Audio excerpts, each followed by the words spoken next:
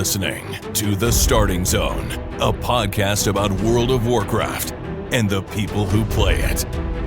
And now, here are your hosts.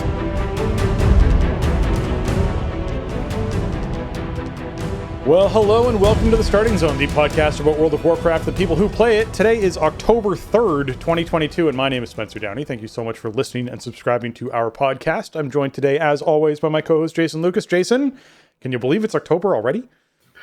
I can, because it's been dark and cold and rainy in my neck of the woods for the last couple days. So, yeah, summer is definitely over. It definitely feels like October around these parts. It is spooky season for sure. Excellent. It is. And also, it's exciting WoW season because it's been a big week for news. We're going to be talking about a lot of news that broke since the last time we spoke. And, there's pretty much the three most exciting days as a WoW player in order are, number one, the day the expansion comes out. Number two, the day the expansion is announced. And number three, the day that the expansion release date is announced. So, we hit that number three on the list this week, and we are not very far away from number one on the list. So, yeah, man, true. Just like a huge week of news and info and just so much stuff, on top of the Wrath Classic launch, no less. It's just been, it's been a lot. Yeah, it has most certainly been a busy week. But before we dive into what's coming up this week, that's all super exciting, let's recap our WoW stuff this past week. I was in for only one raid night last week because we only did one raid night with Wrath launch.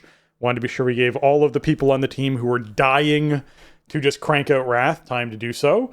So we actually went in and did the Fated raid with the skip and just smashed out the skip area and then didn't clear anything else. And it went reasonably well. It was a little rocky still on Dreadlords and still a little rocky on Rygalon. Jailer still falls over, which is great. I'm enjoying the Jailer still falls over. It's not the Sylvanas situation where you're like, oh, please, God, just die. It's like, nope, we got him pretty much in the first Jailer's like markedly easier than the prior three bosses, exactly. I feel like. Yeah. So, it went well. I was pleased with it. I certainly think that the raid right now for us is like, all right, let's just get this out of the way. Let's go back and everyone wants to do something else. Let's just get back to doing something else. But this was the week where we got the last two people their mounts. So we now no longer have a requirement, if you will, to continue to do Jailer and get everyone their mounts. There are certainly people who've joined the team since our first Jailer kill, which we would get the mounts for if we're going to go back in there and do it. But everyone who was in for the initial kill has gotten their mount. So the obligation, if you will, that the raid team has for equity has been fulfilled, which I think is great. It's awesome, man. Yeah, that's always a cool moment for the team to get all the mounts out. Yeah, exactly. But other than that, there wasn't a whole lot else going on for me inside World of Warcraft this past week. I didn't dive into the Wrath Classic stuff, mainly because I was watching all of my guild members just suffer through queues and everything else that's going on for them. Yeah. There was a lot of queuing up before we started our raid and then still being in queue when our raid ended kind of things going on for the servers and stuff where people are playing. There's a lot of other stuff going on in my life right now that I'm going to put time towards over that sort of situation. Now, there probably are servers out there and people, who've been playing on them who are listening going my server doesn't have a queue. I was perfectly fine. And it's like, yes. However, if I was going to play Wrath Classic, I'd want to play on a server with other people I knew. And unfortunately, all those people are playing on servers with ginormous queues, which is pretty discouraging. So, yeah. One of those things. Blizzard got down on their hands and knees and begged you to transfer off the mega servers. They did. Yeah, it is what it is. I played a little bit of Wrath Classic this week, and I play on Pagel NA, and there was queuing on Monday night, but since then I haven't hit any queues. Now I'm not playing a lot, and I'm playing in the middle of the day, so not at prime time. But yeah, you're getting on before the queue hits, and then you're already on, so you don't notice the queue when it kicks in. And I'm way behind the leveling curve, so I'm playing a single player game out there, man. Yeah, because I'm in Howling Fjord still, and it's like, yeah, I got this all to myself, which is fun. I played it a lot more this week than I played TBC the first week it came out. Right. I actually leveled up once, so that's a lot more than I did with TBC, and it really it's a huge step forward in game design. It feels like a much more modern and well realized game. It's a lot less sandboxy. Even itemization and class design is way more directed towards particular play styles, which feels really good. And man, that content is just second to none. The questing content took a huge leap forward. I'm enjoying it, but it's also like not a focus. I'm just kind of dipping in there and doing some quests and enjoying the ride. One cool thing was that I could sit in queue while playing Dragonflight beta because they're like different accounts in your BNet launcher. Right. So like you can't play both versions. You can't play retail and classic at the same time on the same Blizzard account, but which beta is a separate thing. So yeah, I want to hop in and go, yes, which my raid members have expressed multiple times as something they feel is unfortunate, where they're like, I made such a big mistake putting my classic stuff on the same account as retail. If I put it on a different account, I'd be able to log in and be in queue during raid and during other things. You're like, oh my God. Yeah. I mean, I guess then you're paying for 2 subs, but whatever. It might be worth it to you if you save that much time. I don't know, man. It's an interesting thing to me of everyone plays the game differently and has different priorities. I couldn't picture spending an extra sub to play classic on top of playing retail at the same time, but that's me. That is just me, Especially when it's included, right? It's like, it's the one fee pays for everything. But so one thing I did while, because I sat down, I was going to actually stream some Wrath Classic, but there was like an hour-long queue or something on Pagel, and I was like, well, I guess I'm going to play some retail then. And this was last Monday, the night that it launched, which was the last week of Fort and whatever the affixes were last week. And I'm like, I'm going to try to plug into a lower Kara 20. And I did. And I found these dudes just pumping. It was a pair of Marks Hunters who were bursting up to like 120K on big polls.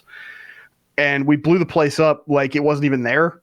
And so I'm done with season 4 dungeons. Like all my portals, like I don't really care what happens at this point. I'll do whatever. And I'm happy to help guildies who need to try to do stuff, but I don't have to sweat it out. Like, oh, I really got to get a lower Kara this week. So that was really fun and sort of speaks to my experience with like getting more into pugging keystones this past season, which has been interesting, mostly fun, mostly rewarding, rarely frustrating. It's different as a tank though, because you set the pace, right? And like stuff is going to go according to your terms to some degree. You're the one who's doing the polls. You're the one who's front and center and controlling combat. So you do have kind of an advantage in a pug, I feel like, and people in like DPS pugging into a group, they don't want you to leave, right? Like they want the group to succeed. So, your mileage may vary obviously, but I do think like pugging it as a tank is a little less intimidating because everybody sort of expects you to just, lead the way. Right. Other than that, like I on the raid thing, like you kind of mentioned tough sledding in Sepulchre, and we kind of had the same thing on Heroic last week.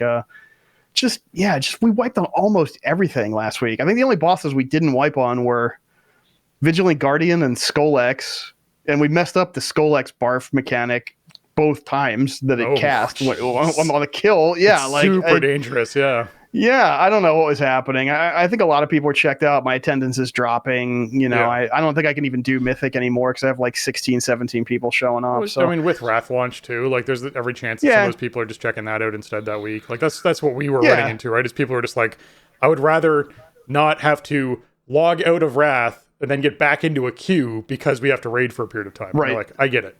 Yeah. Right. Like that's your whole night at that point. Exactly.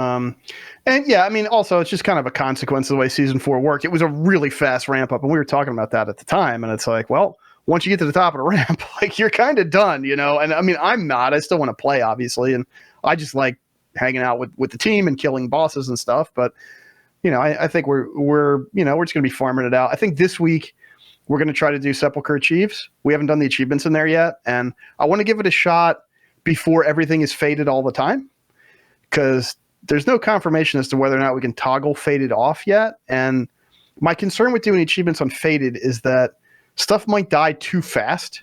Yeah. And then we wouldn't have enough time for to do whatever mechanics we needed to do to get the achievements, because if you get something like Barrier, you have to kill it or you die. Yeah. And then it does an absurd amount of damage to everything on the screen. So we're going to give it a shot this week and see if we can just bang out those achieves instead of doing a faded Nathria reclear that I think people are not as jazzed about. But if we should have time to do both. I mean, the reclears have been going fast when we don't make silly mistakes. Yeah, I do wonder whether or not you're going to be able to turn it off. Right now, obviously, you can go down and turn on the second affix and turn off the second affix. So I'm wondering if they'll add something to that where you can turn on and off faded. But I would almost feel like you'd have to zone out of the raid to do it. So I don't know. Maybe it's a toggle like a difficulty toggle where they have the heroic mythic difficulty toggle. There's fated as one, and you cycle it back down. That'd be really nice. I think there's a lot of people out there, as you talked about, with achievement runs, transmog runs, all sorts of stuff like that people want to do just for fun kind of runs, that it would be nice to be able to turn that off for. So yeah, and I don't know. I mean, it might be easier on Fated to do the achievements, but I have no way to really compare at this point, right? Jailer Like, I want to try to do it. Jailer wouldn't be. Jailer's the one where you have to get the bomb, run into a hole, blow yourself up out of the hole, and while you're soaring through the air, catch an orb. And everyone has to do this while they're grabbing bombs. And so I picture trying to do that while you also have, hey, you have to interrupt this thing, or hey, you have to, being something that just adds to the complexity of doing that that particular achievement. So I think being able to do it on normal, non-fated is probably your ideal. So yeah, right. I feel like I don't want to do that with Creation Spark in the mix. Exactly, right. Well, yeah, and as much as they've been sort of taking the guts out of Creation Spark, I still feel like it's just one more thing to think about, that having to dispel while someone's trying to do this bomb mechanic is probably just not something you're really looking forward to doing. Anyways. Let's hop into what's going on this week, because we have a huge show to talk about things with.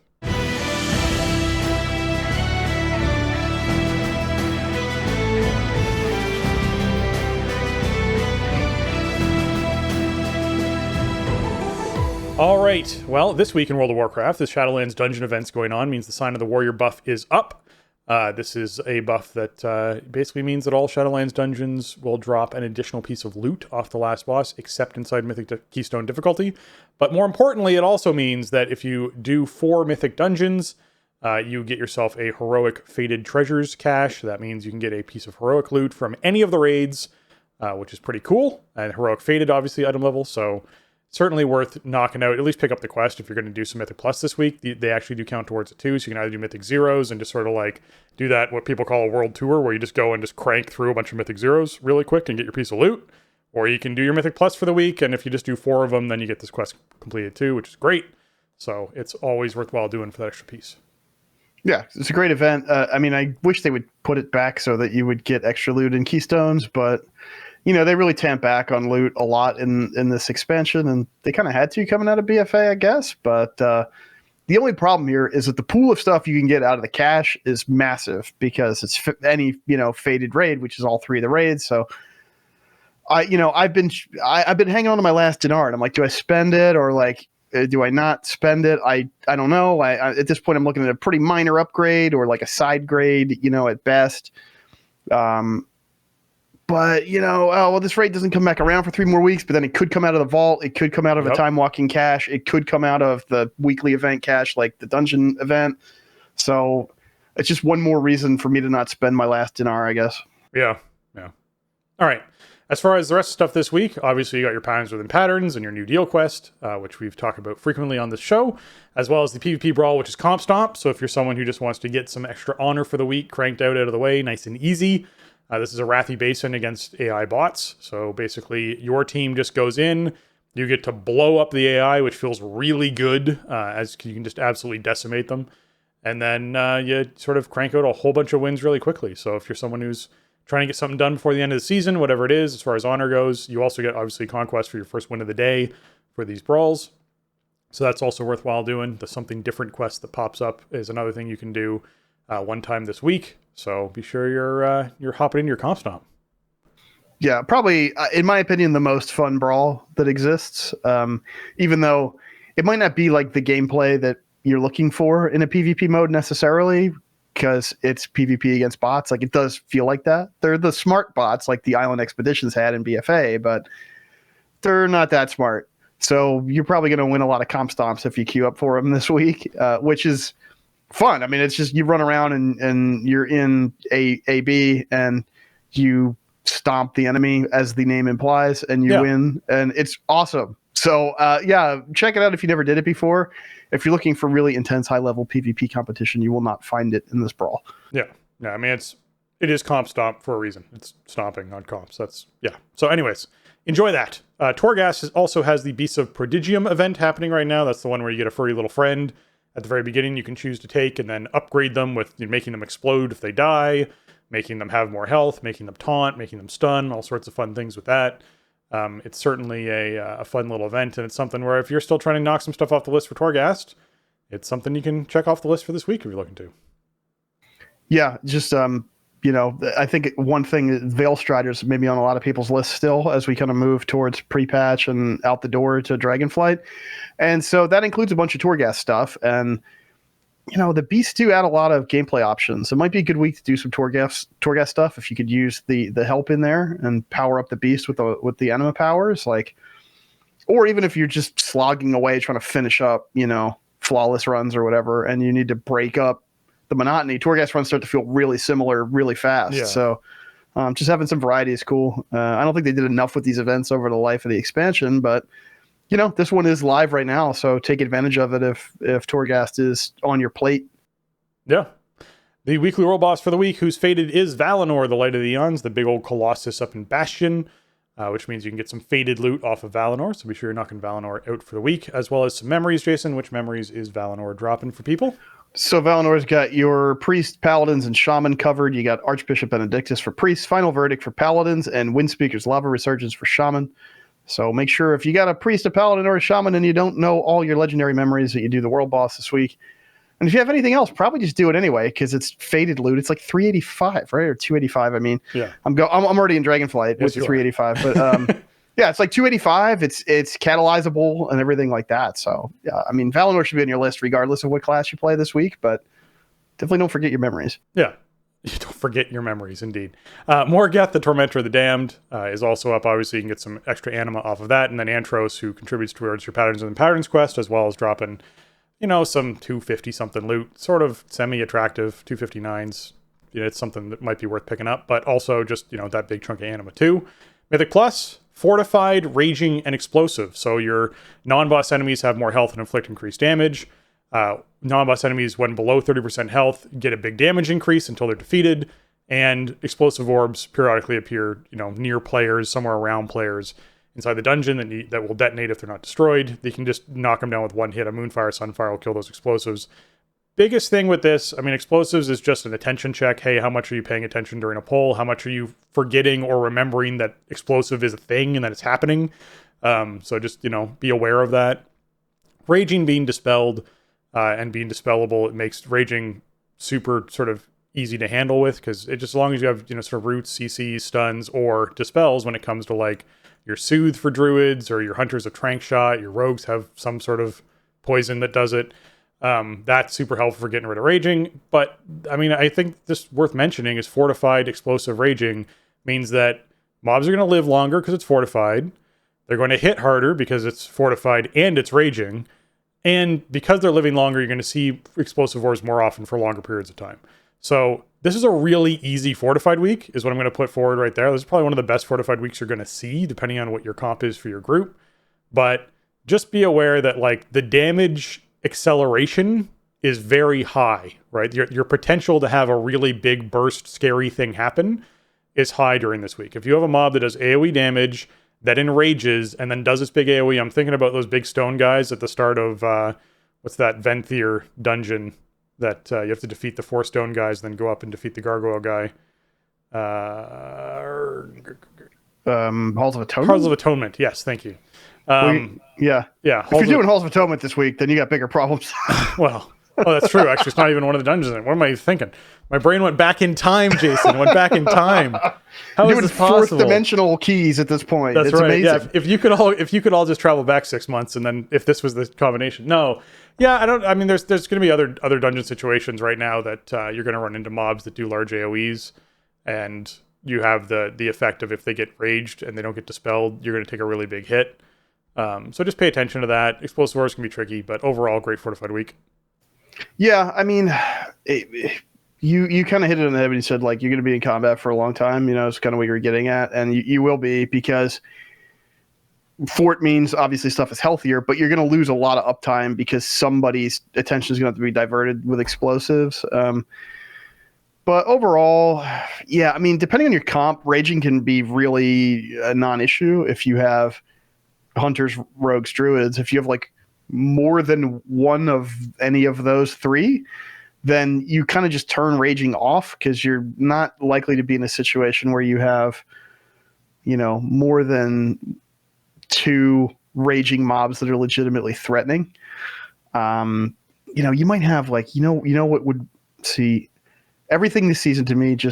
It's all on a continuum to lower Kara, and lower Kara is going to suck with these affixes in a lot of spots, because you think of the pulls up to Adaman, right? That trash is pretty hard. The ghost horses, they have a built-in enrage anyway that goes off, and then they do the charge where they face a direction and they do damage in a line. They have trampling stomp. All that stuff hurts. Plus they're fortified. Plus they can be raging. Plus you're shooting explosives instead of shooting them. There are a lot of any dungeon where there's a lot of big pulls. What sucks about explosive, particularly compared to something like Sanguine, for example, there's going to be little dudes inside your dungeons that don't drop Sanguine puddles when they die, right? They're just trivial mobs or whatever, so they don't drop a Sanguine puddle. Anything you're in combat with can cause an explosive to spawn, which is more uptime that you lose and more attention that gets diverted.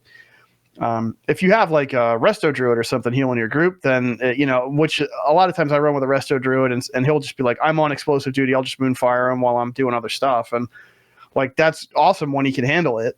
But not everybody's going to have the luxury of having a competent player like that to just, negate the affix, most of the time. So it's not terrible. I think some dungeons are going to be a lot easier than others this week is the big thing, because you have some dungeons where you're only ever fighting a small handful of mobs, a lot of 2 pulls, 3 pulls, stuff like that. Explosive is very manageable in those situations. And, there's not too many bosses with terrible crossover with explosive in this season. The one that would really scare me would be Lower Kara Opera if it was still Wicket week, because the Hosen that spawn in can all be explosive targets. So then you already have 2 bosses and they spawn in a group of ads and then everything spawns explosives. That could just really get out of hand. But the other mitigating thing with that is it's not tyrannical week, so the bosses are going to die much faster, even with that attention diversion, uptime diversion of the explosive. So, I think it's a little bit of a mixed bag, but overall, I think situationally this could be a very easy week, and in other situations it could present some logistical problems. It depends on the dungeon you're doing and the comp that you're running with, and if you have a good comp, then I think you're in good shape. And if you can hit dungeons where you're not routinely pulling 8 mobs at once, then yeah, you're gonna have a good time. Yeah, I think overall this is a very doable week for goals and whatnot that you might have inside Mythic Plus. Yeah. I think one thing we've seen this season is that especially with the way the seasonal affix scales up our stats, and with people being able to target these very powerful pieces of gear and power them up, trash melts compared to previous seasons, even on Fort weeks. It's just we're doing so much damage compared to the way this stuff is tuned, and that goes a long way when you're trying to hit a keystone timer. Yeah, it does. All right, Brewfest is coming to an end shortly, guys. It's this Thursday. You don't have a lot of time left, October 6th, which means your Venthyr Ember Court, this is your last couple of days that you can actually get that 300% friendship bonus in, so be sure you're doing it before the weekend, before Friday. So that you can actually get that bonus in if you're interested in doing that. Obviously, if you're trying to celebrate Brewfest, hopefully you've been going out to Ogrimmar Ironforge to be able to participate in all the big events Brewfest Chowdown that goes on. They got the Chuck Elemental stuff where you drink a beer and then throw the stein at an elemental. You got to shoo away the pesky Hosen and the Dark Iron Dwarves that show up. Yeah, there's all sorts of stuff going on there, but there's buffs, there's transmogs, there's fun to be had when it comes to Brewfest, so be sure you're taking advantage before it goes away on Thursday. Yeah, and hopefully you're not all holiday evented out, because we're only 2 weeks away from Hallow's End starting. So, yeah, it's true. Very, very true. All right, Darkmoon Fair, that's going to run until this Saturday the 8th, which means it's on right now. So if you're someone who hasn't been taking advantage of Darkmoon Fair, be sure you go head down there. Again, lots of games and things to participate in. Also, easy ways to skill up professions, easy ways to get your experience buff and your reputation buff that you might want. Lots of things you can do. So be sure you're taking advantage of Darkmoon Fair while it's there. Even the dance competition. Jason went and did all the dance competition stuff to get the dance toy. So yeah, lots to do. Yeah, that's fun to do once. It was, I enjoyed it. It's not a thing you're going to go back and do every time DMF rolls around, but if you've never done it before. It just came in what? Did it come in 9.25? It's pretty new. Yeah, it was a good time to do for, like an hour or what. I don't think I even spent that long on it. But yeah, they're always, at least once an expansion, I feel like something gets added there. Yeah. The Great Nomergon Race is a micro holiday that's happening on Saturday, the 8th. So if you're someone who wants to basically get a quest to run from New Tinkertown to Booty Bay to commemorate the Running of the Gnomes community event that happened, then you can participate in the Great Nomergon Race. That's happening on Saturday. So be sure to check that out. Yeah, it's fun. It's a nice nod to the Running of the Gnomes, and they just wanted to commemorate it officially in the game in a small way. And it's there's no like huge permanent benefit to your character from participating in this. So if you don't want to do it, you're not missing out on anything except the experience of having done it. Yes. Which is that's kind of the point of the micro holiday system. Yeah.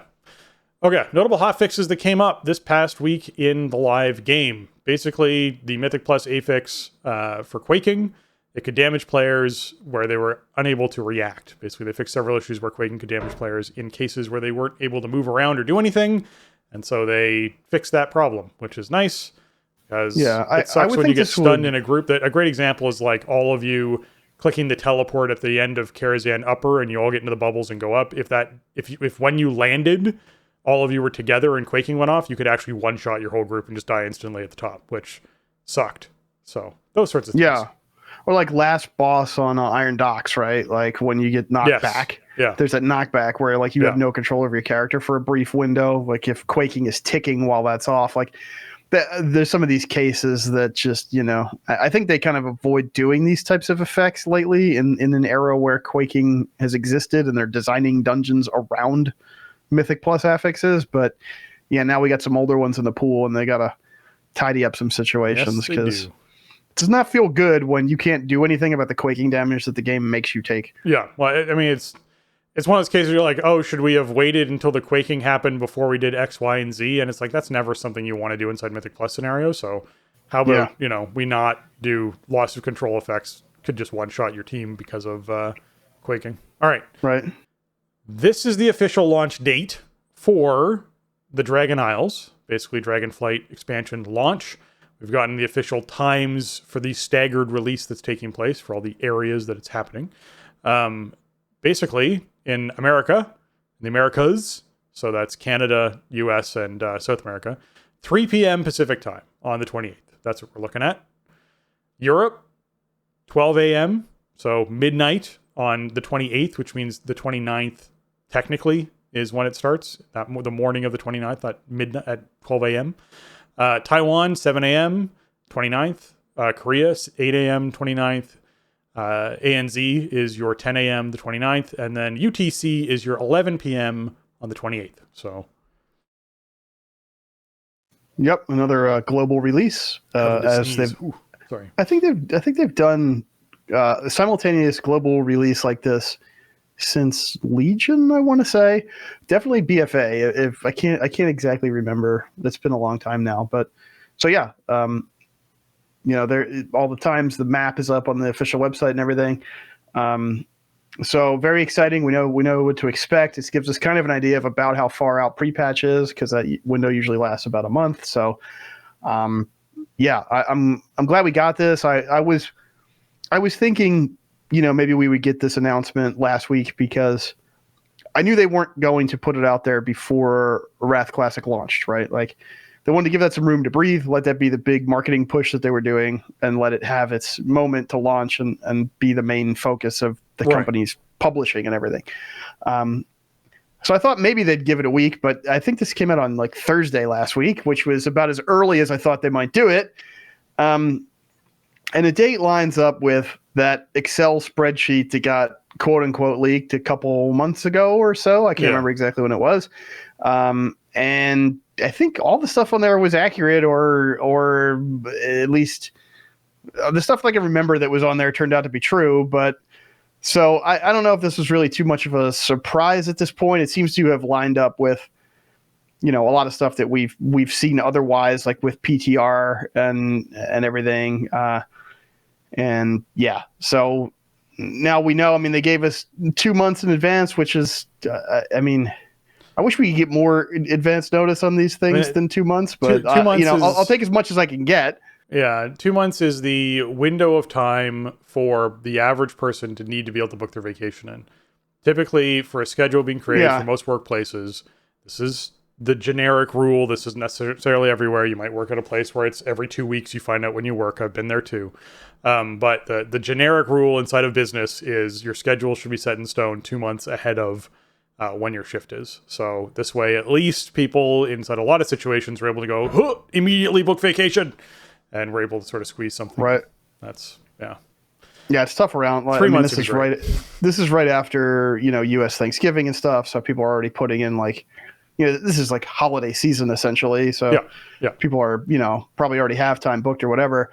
But yeah, I mean, this pretty much lines up with what I was expecting as we sort of, you know, move through the announcement cycle for this expansion, right?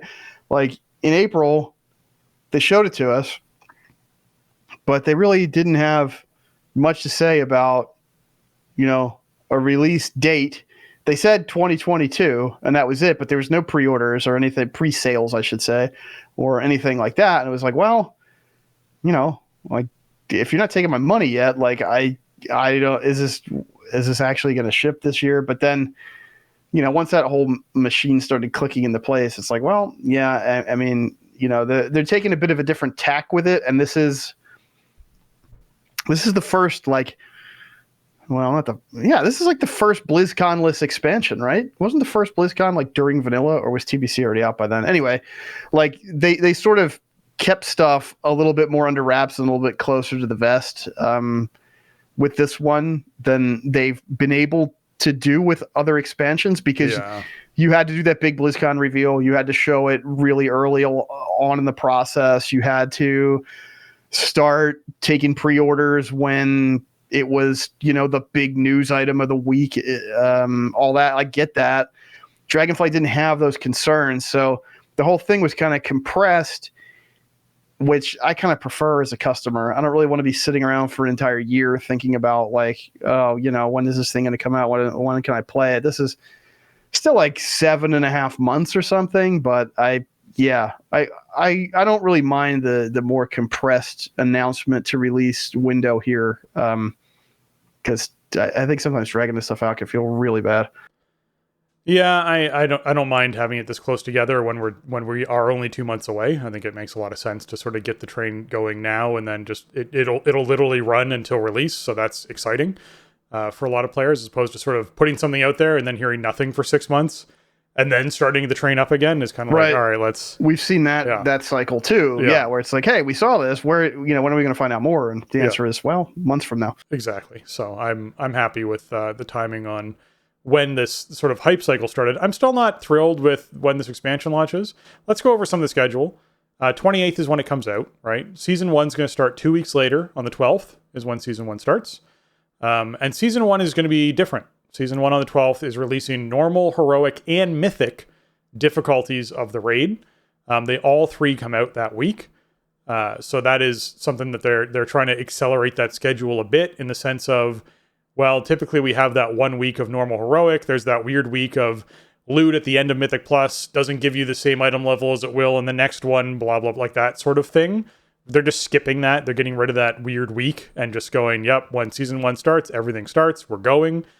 This also means that we're going to have a lot of adjustments and changes happening to raid on the week of the 19th. Because typically they have that first week where they do some tweaks to actually the raid itself, and then they have class balancing come through again after that first week of heroic before the mythic release happens. But since it all comes out at once, I expect we will just have that in the second week of mythic. There'll be a big class tuning pass that takes place, so be aware of that. They'll be on the 19th. Then everyone goes on vacation, and we basically are hopefully inside a really stable state raid wise for at least a week or two at the end of December. But Raid Finder is only 3 wings this go around. So if you're someone who's looking for Raid Finder stuff, it's 19th is when it starts. So that second week where normally we'd find Mythic is actually when Raid Finder comes out for the first wing. And then 2 weeks after that on the 2nd, and 2 weeks after that on the 16th are the next 2 wings that take place. So you'll have all 3 wings by the 16th of January. Cross-faction raiding in vaults is going to be available from the start, like right off the bat. We'll have cross-faction rating. However, this is something I've been beating into the heads of the people on my raid team. You need to have 16 out of 20 players in your Mythic raid team of the same faction in the same guild to be eligible for Hall of Fame. Which means people got to draw straws or whatever it is to figure out who gets to be the person who hangs out by themselves on Horde with their 3 other buddies from the raid team. Because that's all you're really going to be bringing as far as Hordes go. So, or, Alliance goes if you're Horde side, depending on what you're doing. So that's kind of that sticky, weird, awkward position thing. I think raid schedule-wise overall, this is the best they could do with when the release date's taking place and fitting it in this year. So it is what it is. I'm not going to comment on it too much more. Jason, if you want to say something about it, feel free. But the cross-faction thing to me is just the thing to drive home to people of, if you're doing Mythic raiding, you need to have 16 players that are all in the same guild, all the same faction. Yeah, I mean, this is the first time that we've seen Hall of Fame in a world where cross-faction rating is possible. And so we had some questions like, how's Hall of Fame going to work? Is it just going to be X number of raid teams total? Are they going to ditch the Alliance and Horde split for Hall of Fame? Turns out, I think the solution is less massive than what I kind of figured. They would just get rid of the faction split and there'd just be fewer teams would be in the Hall of Fame overall. But instead, you still have the opportunity to get in there, Alliance or Horde side, depending on your roster. You just got to make sure you really don't want to be like pushing Prague with like 15 characters of one faction and 5 of the other, like until we can get cross-realm guilds. And I mean, I'm sure all that tech will come into the game someday, but it's certainly not going to be before Dragonflight Season 1. So you got to keep that in mind. If you're pushing for Hall of Fame, you got to have your roster worked out. And yeah, it might be advantageous to have, a dwarf in your group or a troll in your group or whatever. Just keep that in mind. Yeah, you got to hit that 16 threshold of the same guild, which means you need to be same faction. Yeah, in our go ahead. Oh, good. I was gonna say in our jailer kill this week, we had 7 people who were playing the opposite faction in our team. Oh, so, wow! Like we have a huge split. I think it's 9 total, or 9 or 11 maybe even total, who are opposite faction. And so it's that odd thing of like we really, and it's going to be min-maxy, right? In Mythic raid teams, it's all right. Which class gets the best benefit from being this particular race, right? So like. Right now, I heard it was like goblin priests are the thing that are going to be a thing or whatever, right? Like they're just making those calls already of if you're going to be opposite faction, you have to play this particular race and class combination, and we're only allowing this many people to do it because of the rule around Hall of Fame. So there's going to be stuff like that. Obviously, if you don't care about Hall of Fame, if you're just progressing your own pace, this doesn't apply to you at all. You can do whatever you want. It's cross faction, great, good for you. But for the Mythic teams, this is like crucial piece of information and big strategy decision. Yeah, just don't screw it up because of oversight, right? Like that would be sad. You don't want to do that. Like you could have one person play a faction that they would prefer not to if the team's goal is Hall of Fame. Overall, I mean, I think it's worth noting it's an 8 boss raid, so it's quite a bit shorter than any raid we saw in Shadowlands. We saw 10, 10, and 11. So 8 bosses is a lot less. Which I think is great. I mean, it's only 2 fewer bosses, but that's a lot less learning. It's a lot less pulls. It's a lot less time spent inside the instance.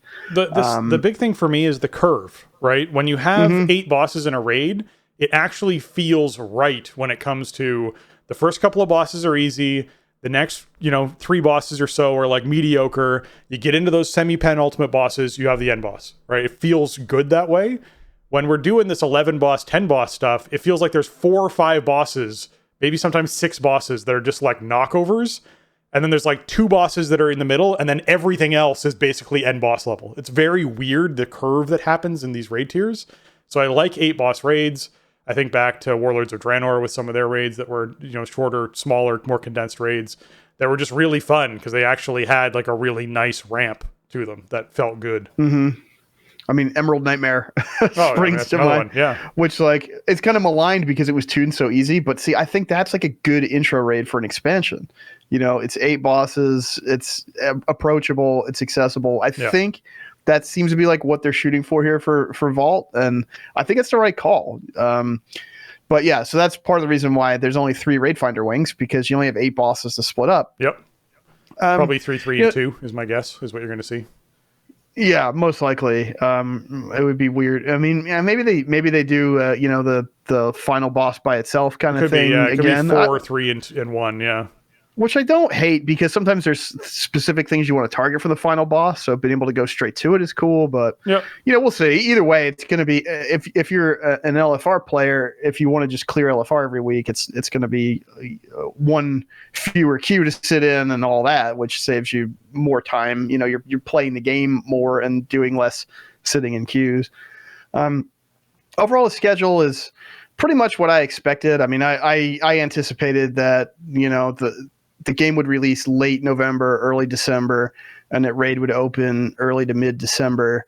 I think, there's 2 ways to look at it. I know, like, the teams are going to push really hard and everything. Like, they feel the pressure of, like, I don't want to do this. I wanted to wait until after the new year. And I get that. And, some of the pros are like, well, this is what we signed up for. And like, yeah, I'd rather not do it, but this is what I have sponsorships for or whatever, like this is what we do. So we're going to do it. I think, for a lot of people, like, they have time off around the holidays or whatever, and they want to play WoW. So that's, an option. I mean, I think for our team, it will probably impact the schedule a little bit, like, obviously we have Sunday raids. I don't think we'll be raiding on Christmas Day. That will not be on the schedule. And if we have to cancel a raid down here or there, I don't think it's going to be mega high impact for the health of the first season of Dragonflight. So I think most of my team, at least, the people that I hear from and that we talk about the schedule and all that, like, everybody just wants new stuff to do. Everybody just wants to play Dragonflight, and if we gotta miss a couple raid nights early on, it's worth getting it going earlier. So yeah, I mean, I don't know. I guess the bottom line is, we come January 2nd, it's not really going to matter. It's obviously Blizzard and Activision Blizzard want the game out, and there are producers and deadlines that make these decisions about, when things need to be available to consumers. And I think they do want to hit windows where, you're in the holiday shopping season, or people like have time off to play or whatever. We've seen a lot of releases launch around this time, going back to Vanilla, Wrath, Cataclysm, Warlords of Draenor, and Shadowlands. So it's kind of just new WoW expansion season is, mid-November to early December. Yeah, I mean, I think that's where we're going to be for a while. I'm with you on that. I think. I agree. I mean, they seem to be locked into the 2-year. Like, I don't think they can get them out any faster, and I don't know if they should even try, because I don't think we would, as players, would get what we want if they try to get them out faster. Well, I almost wonder a little bit if, like, part of the nostalgia feeling and love that I have for the fall season comes from BlizzCon expansion release, like, all this exciting stuff just adds to that vibe, and then I just it's like subconscious, right? Yeah, it's part of our lives. Exactly. Yeah. I'm just used to the rotation now. Every year, please give me something in October. Yeah, it really is. Yeah. All right. New dungeon release schedule.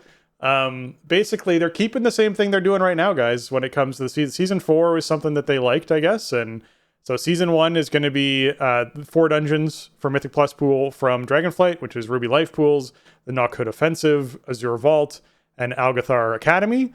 But then we're also seeing Halls of Valor and Court of Stars thrown in there from Legion, as well as Shadowmoon Burial Grounds and Temple of the Jade Serpent. So, like, that's Warlords of Draenor and Mists of Pandaria. Like, we're just, all right, let's just bring them in and work on them, right? I think Temple of Jade Serpent is going to actually be really fun in Mythic Plus. I'm looking forward to it. A great inclusion. Yeah, that's the one that stands out to me too. Shadowmoon Burial Grounds I have always hated. So it's going to be like, that's going to live on my list as I don't want to be in here. I get lost in here all of the time. I get lost in there all of the time. I literally do. I forget which hole I'm supposed to drop down through, and there's the big blueberry void guys you got to kill, and well, we got to work out an enemy forces path now. But, yeah, exactly. Tyrannical plus 20 Shadowmoon Burial Grounds might be kind of kind of rough. I think the one people are looking at the most is Halls of Valor, man. I think Halls of Valor is the one that they're thinking is going to be super rough. Halls of Valor could be. Yeah, I mean, it was not one of the easier ones during Legion. Well, it's got really hard trash with really hard abilities. Like you throw in, Mythic plus scaling and affixes on top of it. Yeah. Oh, like it is going to be tricky. Yeah, I mean, all the stuff's going to have to be tuned rigorously as well. I think one thing that we saw, at least in the last 2 seasons, is that they're willing to just take the scalpel to these dungeons and tune them so that they're at least within a narrower band, right? Like, I think it's okay to have hard dungeons and easier dungeons within a season. Like, not every dungeon needs to be the exact same kind of difficulty scale, but you can't have like outliers to the scale of where Tazavesh was when season 3 launched or where Kara was when season 4 launched, right? So this is controversial because people want all the new dungeons as the keystone dungeons for the season, and I get that. I actually am kind of excited about this idea because season 4 has shown me the potential of rotations and keeping stuff fresh. I thought season 4 was going to suck and that I was going to hate it. I mean, if you can listen to episodes of the show from this summer, probably, where I was like, I don't know about dungeons. They're probably not going to be fun. And instead, it's the most fun I've had in dungeons all expansion because it's a fresh pool. And like, I have my feet under me in terms of my character and what I'm doing and, my play style, my build, my itemization. And now I'm just tackling these, familiar dungeons that I'm kind of relearning and learning new tweaks to. The cool thing about this, I think the potential here is to keep it fresh all expansion, right? You're not going to do the same 8 dungeons for 3 seasons and then they're going to mix it up a little bit at the end.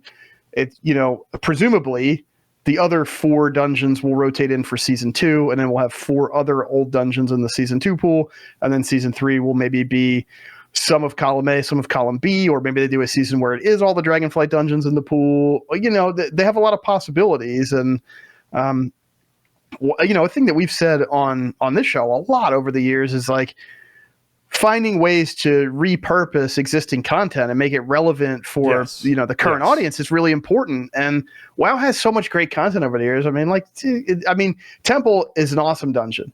Halls of Valor, tuning wise, could be a nightmare, but thematically it's an awesome dungeon. Court of Stars is an awesome dungeon. I mean, there's so much potential here to appeal to Dragonflight players if they can dial into tuning, which I'm confident that they'll do. Like, if they're not seeing success rates where they should be, then they know they got to change stuff, right? Like, we've seen that repeatedly throughout this expansion, especially.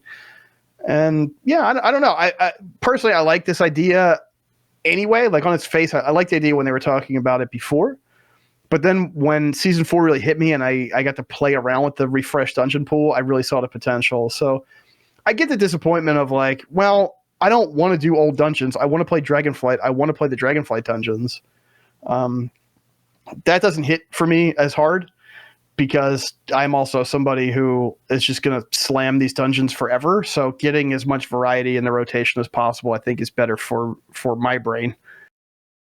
Yeah, I think it's something to me that I was thrilled with seeing it be a success because of exactly what you mentioned, which is what I was certainly going to say if you didn't, which is, we've been saying for years that they need to find ways to reuse old content, like years, that it's like they have generated so many great raids, so many great dungeons that are really fun to run, and there's no reason to run them is the problem. There's no reason to go back and do them again on a regular basis. And if you did, scaling and everything else can be pretty borked unless you're like running with a friend and you scale to their item level and et cetera, to try and do it. Whereas in this case, you can get an actual like live game actual reward for your character at max level in current expansion. This is cool. Like, I dig that they're doing this. I think it's a great idea. So the thing that just occurred to me too while you were saying that is that a cool thing about this, one problem that we had in Shadowlands season 1 and 1.5 and 2 and 3, and I say 1.5 because we had the Valor system come in 915. You had to reacquire items a lot in Shadowlands because certain trinkets or certain dungeon gear was just good. It was good in season 1. It was good on both sides of the Valor divide in season 1. It was good in season 2. It was good in season 3. And the answer was to just do that dungeon until that piece dropped and then wait after season roll, do that again. This season, I didn't have to do the other side at all. And I didn't have to get another blood spatted scale at all. And I didn't care because there was other powerful gear for me to go get from other sources that felt good to have. So if you have a rotating pool of Keystone dungeons, then you also have rotating pools of loot from said dungeons, which just keeps things feeling fresh, different stuff to chase, different combinations that you can put together. Like, I think that's a huge benefit as well. Now some of the Legion dungeon gear had some effects that are not really in line with stuff that we have in newer stuff that might need to be looked at. And we kind of had that conversation around certain items from time walking Keystones. But if something's around for the entire season, then you have plenty of a chance to acquire it, and it's going to rotate through, and something else will replace it that'll hopefully be more attractive. So I think that variety is just huge. I think it outweighs any concerns about, at least for me, it outweighs any concerns about, I want to see the new dungeons. I'm going to see the new dungeons. I am sure that I will be sick of the Dragonflight dungeons by the end of the Dragonflight expansion. By the time we're moving on to the next expansion, I will be ready to say goodbye to those dungeons. Sure. I would also emphasize that typically when we get a new rotation of different dungeons we also get an item level increase because it's a new season that tends to come along with it, which means that it's much more likely you're going to replace those old trinkets and things with something that's higher item level, more relevant, more recent. And if you aren't, they're probably going to nerf the old stuff anyways, because it shouldn't be that way. And so we'll probably see that happen. Or if there was some really big outlier where like, nope, this particular trinket just procs and it hits really hard with this proc every time it happens, and we're not seeing people use the newer trinkets because they have to have this old one that you can't acquire anymore, I think they'll just nerf that into the ground and be like, yep, move on, pick something else. There's always a number 2. So go to that one instead. And I think that'll be what we end up seeing. So yeah, I think it's great to see this coming in. I love the idea of reusing this content. It's super exciting for me. Okay. What so Winds of Wisdom. Let's just talk about that. Winds of Wisdom buff is back with something that we wanted up through the rest of the expansion is back finally. If you're someone who wants to level a character, you get that 50% experience buff. It's up. It's for players between level 10 and 59. And basically, you'll just get a buff at level 10 that's called Winds of Wisdom. It increases all your experience gains by 50%, and you can essentially just crank through it, power leveling up a character. They also said that Evokers are going to be playable during pre-patch, which we already sort of knew from leaked stuff with Wowhead, where they were data mining. It's not really leaked. They're data mining stuff where they sort of data mined that they would put in Covenant abilities for Evokers and put in Legendary abilities for Evokers to try and like make sure that while people played Evokers at the end of Shadowlands and pre-patch, there was actually something on par for them to do. So when Evoker comes out with pre-patch, you are able to level 1. You'll have the 50% experience buff. You can plow through that. It's super exciting. I am pumped for this because I also feel like if they ever choose to do a heritage armor or something of the sort with Evoker, guess what? You had this pre-patch window to level 1 with 50% increased speed to just crank through it and get that all done. I have to pop your balloon because the experience buff will no longer be available once Evokers are playable in the pre-patch. Yeah.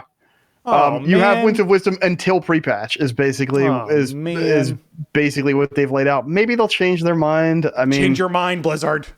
Yes. But Drakthir Evokers come in as a hero class, so you don't have to start from scratch. It will be faster to level, but not as fast as it would be if you got 50% extra buff, experience. Man. It's just make it live through the end of the expansion. Like we had this the last couple weeks in the lead up to season 4, which I thought was smart to do because you wanted to pump up season 4, give people a reason to come in and check out, like, here is like the final version of Shadowlands we have to offer you, right? Like, these are all the best ideas that we've had that we've tied together, and you may scoff at that or whatever, but I think Shadowlands more or less stuck the landing. The first year of the expansion was honestly bad. Like, it was not my favorite era of the game, but I think since 915, I think they've really put together something that's pretty fun and compelling to play for the most part.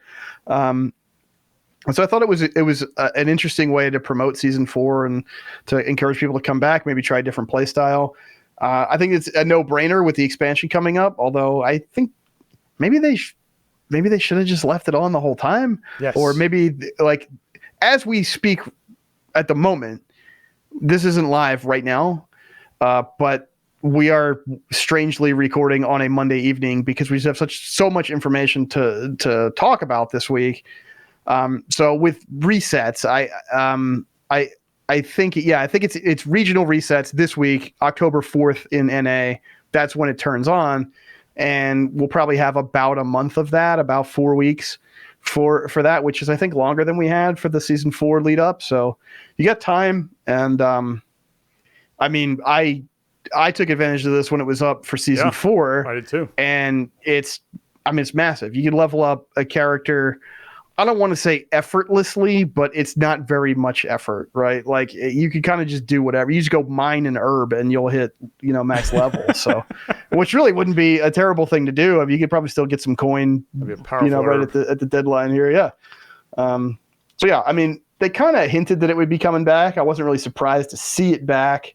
But yeah, it's a little bit of a bummer that it's going to go away at pre-patch. I think pre-patch would kind of be the time to have it on, but I get why they don't want people like power leveling evokers. Like, why not? Maybe I wonder if there's a way they could have it be for other classes, but not evokers or something. Like, because evokers have that sort of curated starting experience and all that. Like you don't want to screw that up with an XP buff. It's not the first time people ever get to play it.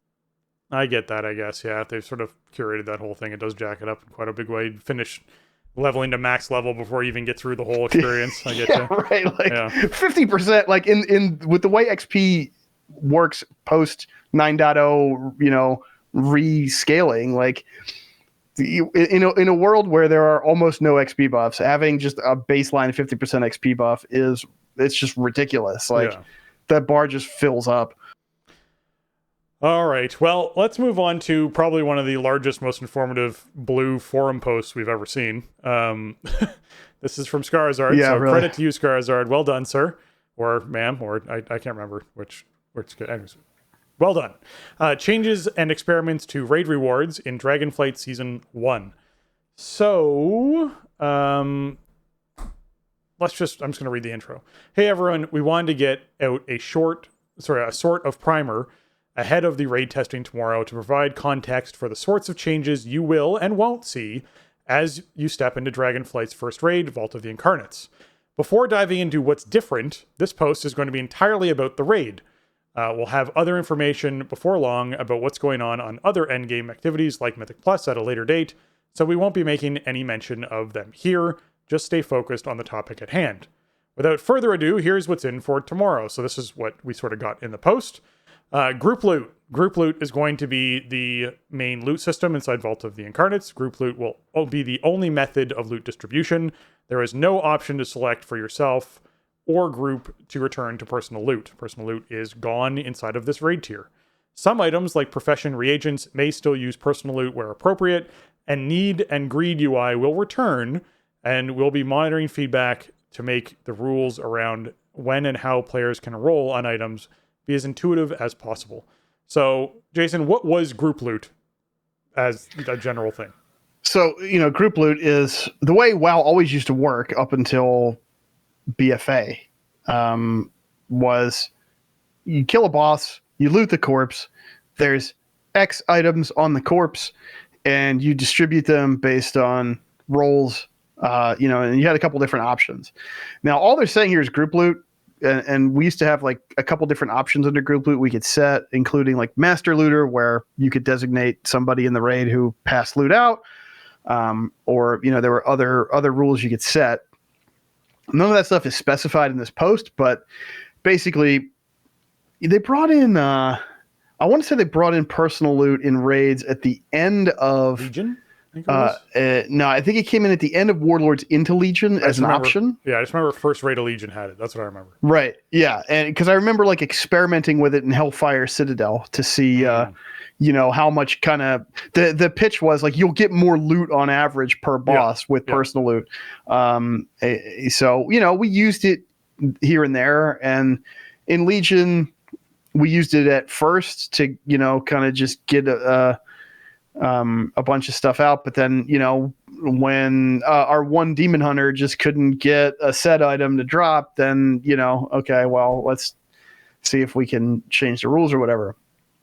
So basically for the last 5-6 years here, what has mostly happened when you kill a boss is that the game essentially rolls to determine which players are going to get loot, and then it checks against their loot spec and then what items are available from the boss's table, and it determines who's going to get which items. And then, of course, those items have heavy trading restrictions based on item level and things like that. Instead, going forward, yeah, it's going to go back to boss dies, you loot the corpse. These were the items that the boss dropped, like old school. I love this. When we talked to Morgan Day back in November of last year, we asked him if there was any chance we could get rid of forced personal loot in raids, and he was like, I don't know, maybe. I'm really glad about this change, because I think personal loot for a team like mine has felt really restrictive, and just felt really bad. A lot of people are up in arms about this, and they don't like this change. And I get that, because depending on your play style, personal loot may be really preferable. If you tend to pug a lot, nobody can take your personal loot away from you, right? You don't have to like navigate some kind of, system of favoritism to receive a reward for participating in a raid with personal loot. I get that. One of the big problems with personal loot, the way I see it and have experienced it, is when you have a boss that has something like a cloak or a ring that literally every player in the raid is eligible for, you were going to see that item drop 700 times over the course of that tier and killing that boss every week. And you're going to have weeks where, hey, did we get any Sylvanas daggers or bows or Dom socket shoulders? No. Did we get 3 copies of the same ring that nobody wants? We sure did. And that happens over and over again when you have bosses that have these types of items, because it's just statistically very likely, right? Everybody in the raid can equip this item. So if you have, you have people in the raid, guess what? It's going to offer them these items. And the other thing is, of course, well, we'll get into loot trading in a minute, but this stuff is all, so it's locked to the player that the game decides is going to get it. To me, it's like immersion breaking. It doesn't feel like, oh, we killed this boss and then these were the spoils that it was holding when we defeated it. Like, yeah. That's like a very RPG kind of thing, right? Like you kill the dragon and you get the treasure hoard. Yeah, and you want to be personal loot never felt like that. Yeah, you want to be Frodo getting the mithril vest. Like you want to be that, oh hey, right. we killed this really cool thing, and well, there's these neat treasures, and you've really earned this. Congratulations! Like this is for you, and oh, this would look great on you, and your axe isn't sharp enough. Use this new one. Like that feels cool to do for sure. Yeah, and I think when you get into, when you have like kind of edge cases, I mean, I can only speak from my personal viewpoint and experience. Like my class needs a shield, and not a lot of classes need that. And so, I haven't been able to get the shield that I want this season, and it keeps going to, when it does drop, it goes to people who are like off-speccing for loot, right. And that doesn't feel great. And if it was, I feel like there's a better chance of me seeing kind of rarer drop items like that, like ones that not as many people in the raid use, if we're going by the boss's entire table and it drops X number of items. And then we can make a decision as a group, like who gets what piece. It's not, oh, well, the Rep Paladin was off-speccing and they got the shield. They can't trade it to you, though, because they don't have a 298 shield equipped. And it's like, well, to me, the whole point of a raid is to be a team and to work together to overcome these big challenges, and then to celebrate each other's successes by helping people out with, getting powerful items to make the next fight a wall we can get over, or making the next clear easier, or just feeling cool because we got something that looks and feels good to play with. Yeah, and it goes the other way too. I mean, like I get tons of, like, for one thing, like for tanking, right? Like, you have very situational type of items, trinkets, and like jewelry itemization. You want like specific stats and a specific, like you're really trying to emphasize one stat or whatever. So you might have very low item level trinkets compared to what a raid drops or something, because their effect is it surpasses their item level in terms of tanking effectiveness. So if I get like a generic trinket that is very good for like a DPS class, then I can't trade it to them, even though I'm never going to use it because it's higher item level than the stuff that I'm still using from last season when I had to go get my blood spattered scale. It creates these. It's created so many feels bad moments. I would much rather have the situation of a bow dropped and no hunters were in the raid than Sylvanas dropped 4 copies of the same ring. The thing I wanted to add in there was trinket related as well, which is the amount of times that we have had people just be given an absolutely garbage trinket so they could equip it so that they unlocked the ability to trade the good trinket later was ridiculous. Like at the moment you have this is a hunk of garbage. All right, how about you just put this on so that at least when you get something good, you can give it to somebody else? Like, what? Right. Well, I mean, I think it's the other thing too is that the rules that we've had, and we're getting into the loot trading thing. Yeah. So let me just mention that while inside a raid, all item level restrictions placed on trading between members of that group are removed entirely. Yeah. So even small item level increases in our upgrades won't be locked to a player, even in the case they roll and win that item. Yeah. So anything that drops, anybody can roll on it. And if you win a roll, but then it's like, it's actually a better upgrade for them, you can trade, and there's no restrictions on item level, which is amazing. And this is the kind of stuff that I've been asking for, is like, at least let my raid team trade the stuff around, at least let my raid team decide to do group loot or whatever. But, one thing I've seen some of, I mean, now you and I think are pretty positive on this change. I've seen a lot of pushback on this, and I'm not going to act like everybody is happy about this, but to me, the complaints just kind of ring hollow. Like I'm not, I don't think the complaints overcome the pain points I felt with the personal loot system, and over many years now, right? Yeah. And with no alternatives. Yeah. And one thing that I've heard suggested is like, well, let us pick, let us have the option. Yeah. And I don't like that. And I'll tell you why I don't like it. I like the fact that they made a bold decision here about changing the looting system. And it goes off of what you were saying about, kind of gaming the personal loot system by, giving somebody a high item level item that they don't want just to unlock the slot essentially so they can trade stuff around.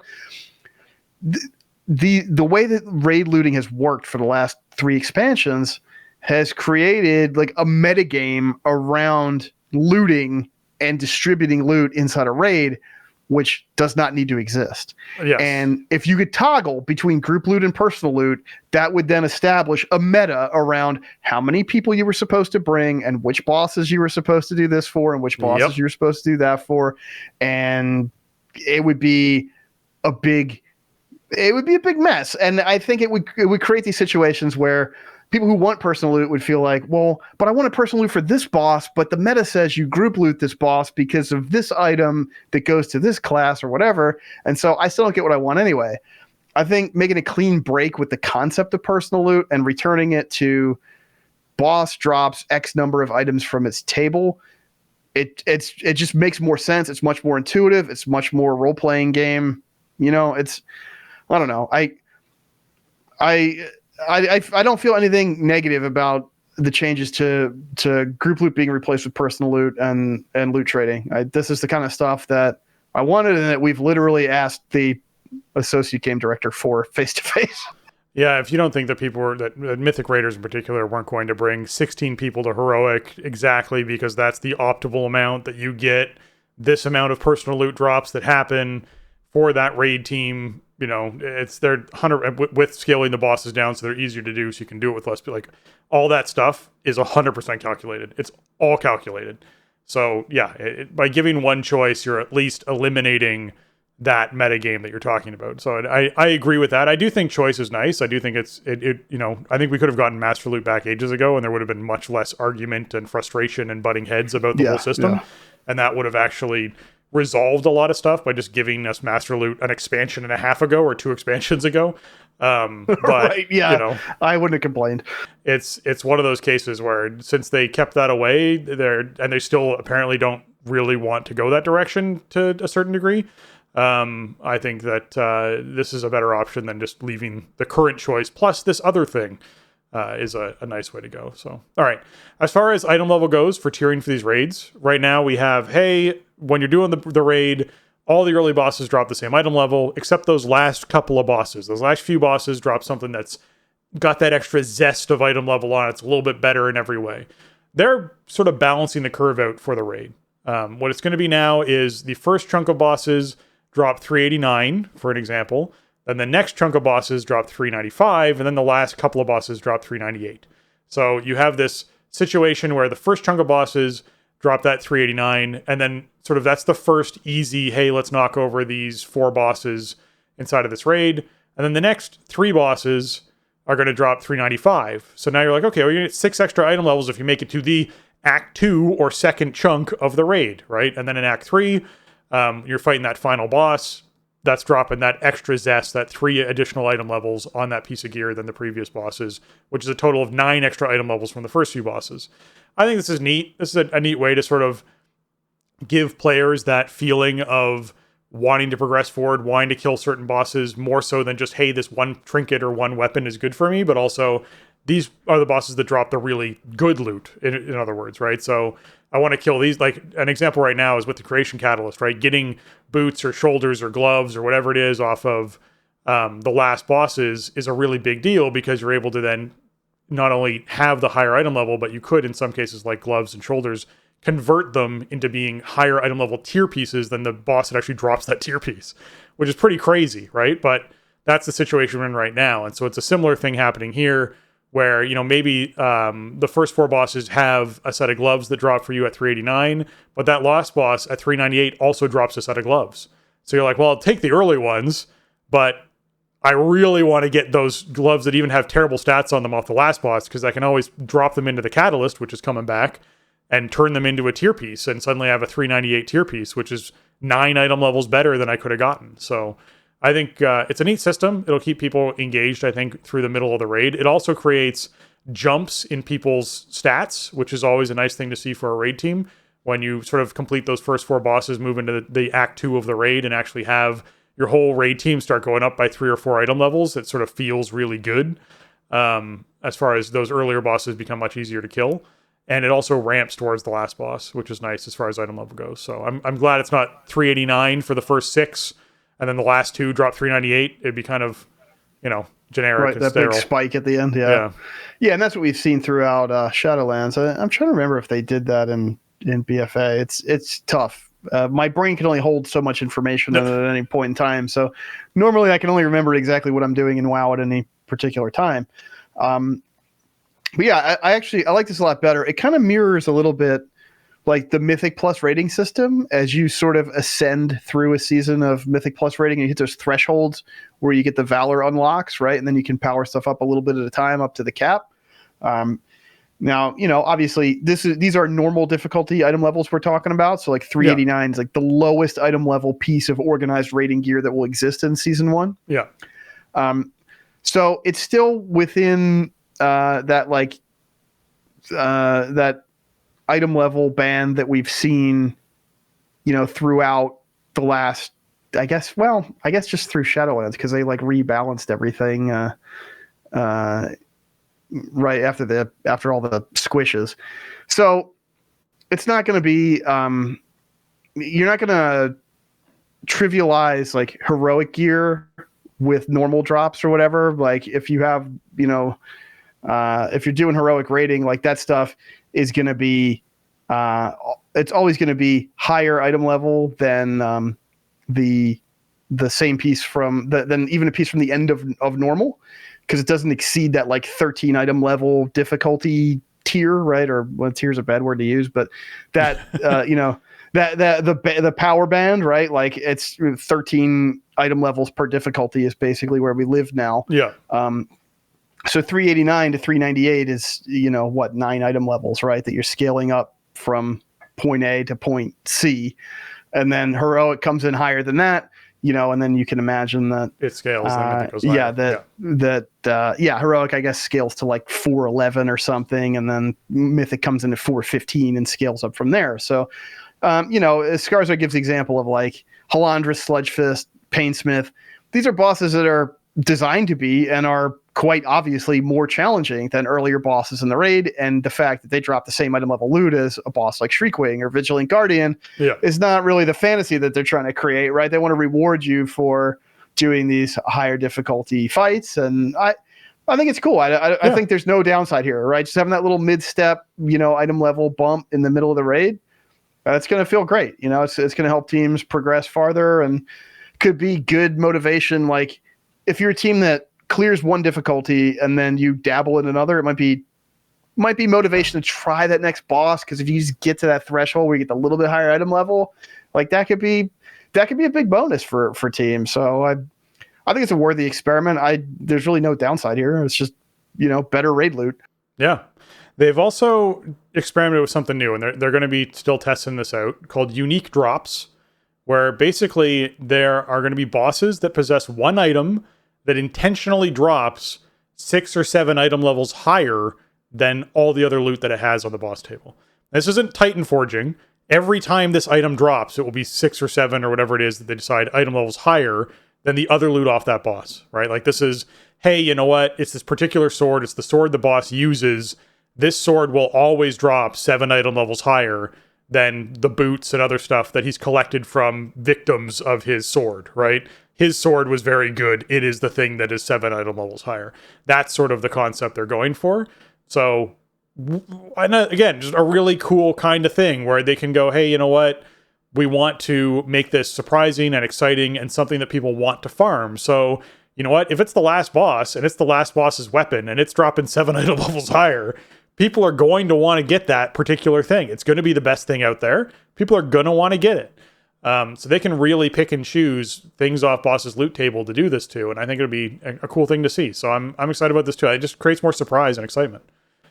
Yeah. I mean, man, this is a thing we talked about many times over the years as well on the show, is like, dude, items should be cool. Like raid loot should be cool. You should want to go into the raid and get it. That's a big thing that keeps a game churning is get a team together to go not only defeat the bosses, but to get the rewards from it. And the example that Skarsgård gives here is Edge of Night, right? The dagger that Sylvanas drops. Yeah. Mega powerful item. Not reflected in its item level. Same item level as the rest of the boss's table. If you didn't really know what you're looking at, or you're not up on Theorycraft, you're not up on your class guides or whatever, you're not simming, you might not know that Edge of Night is like this amazing weapon that you want to have and want to use and is very high priority for you, right? You have a extra 6 or 7 item levels on that. That really calls attention to the fact that like this item rules and you should want to get it and use it because it's going to help you kill bad guys. And I love that concept too, having these kind of, special. We ended up seeing a lot of really cool raid loot in Shadowlands eventually. I think Nathri was a little bit safe, but his first raid tier, I get it. There were some really cool designs in Sanctum and also in Sepulchre.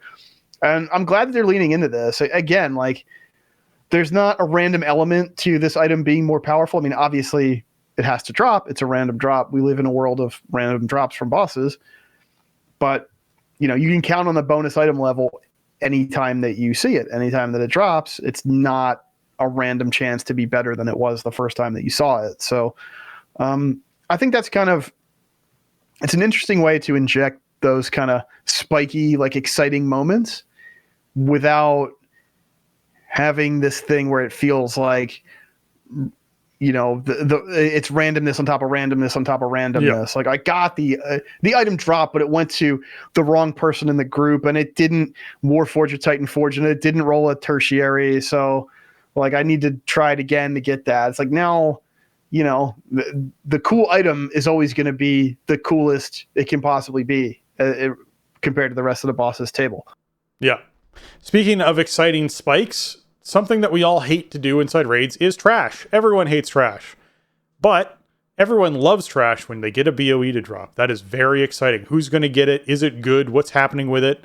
Well, they are enhancing that. Basically, your regular trash, your Joe Blow trash, isn't going to drop BOEs anymore. There's no more going in and killing the first 3 trash packs over and over and over again with resets to try and get BOEs to drop. Now, BOEs are going to drop off those lieutenants, those mini bosses that were throughout the raid that gave you, some reward as you're actually going through. Some currency of some kind is what most people were getting throughout the expansion. Now it's BOEs. It's not just BOEs. What they actually say is regular non-boss enemies within raids will no longer have chances to drop buy non-equipment loot. These lieutenant-named mini-bosses throughout the raid will have chances to drop them instead. These will work like the lieutenants do in currently WoW. We are eligible to receive loot from them once per week per difficulty. Now here's the kicker. BOEs would become scaled with group size like regular bosses do. This would guarantee a set number of BOEs each raid per group, assuming a full clear of the instance. So if you full clear the instance and you kill all of the lieutenants, you are guaranteed to see a certain number of BOEs. And now you might be going, you know what, but BOEs are always like rings or like a set of gloves or bracers or pants or boots or something like not super exciting loot. Well, guess what? They're going to be placing more important items in the BOE pool, including everything from weapons to high item level pieces that make them worthwhile for raiders. So like they're going over the top with the adrenaline spikes for things dropping. Basically, you want to be in for trash, because if you're not in for trash, who knows, you might miss out on a BOE that you might want. And now if you're a raider sitting on the bench and there's a piece that's really good for you, hey, your team might be able to get something for you, which is also nice. But it's going to flood the auction house with these things. So there's going to be a whole buying and selling market around who can get the really good BOEs and sell them off. The prices on those are going to come down from being 3 million gold or 2 million gold for a BOE, which is outrageous, to something that's actually more affordable because they're guaranteed every week. I dig this. I think this is a great change for the game. Yeah, I can't tell you how many times this expansion, for example, my guild has full cleared a raid instance and gotten zero BOEs for our trouble. I would say that is the usual course of things. Oh, yes. Is that we full clear a raid and receive 0 BOEs for our trouble. So obviously I'm very amenable to this change. I like seeing them on the mini bosses, the lieutenants they call them. I mean, I have always just called them mini bosses, but I think that's a smart way to do it. Like they obviously like put those mobs in certain parts of the raid to tell part of the story, and they're important mobs to fight. So yeah, putting some cool loot on them and like guaranteeing that groups are going to get BOEs off of them is great.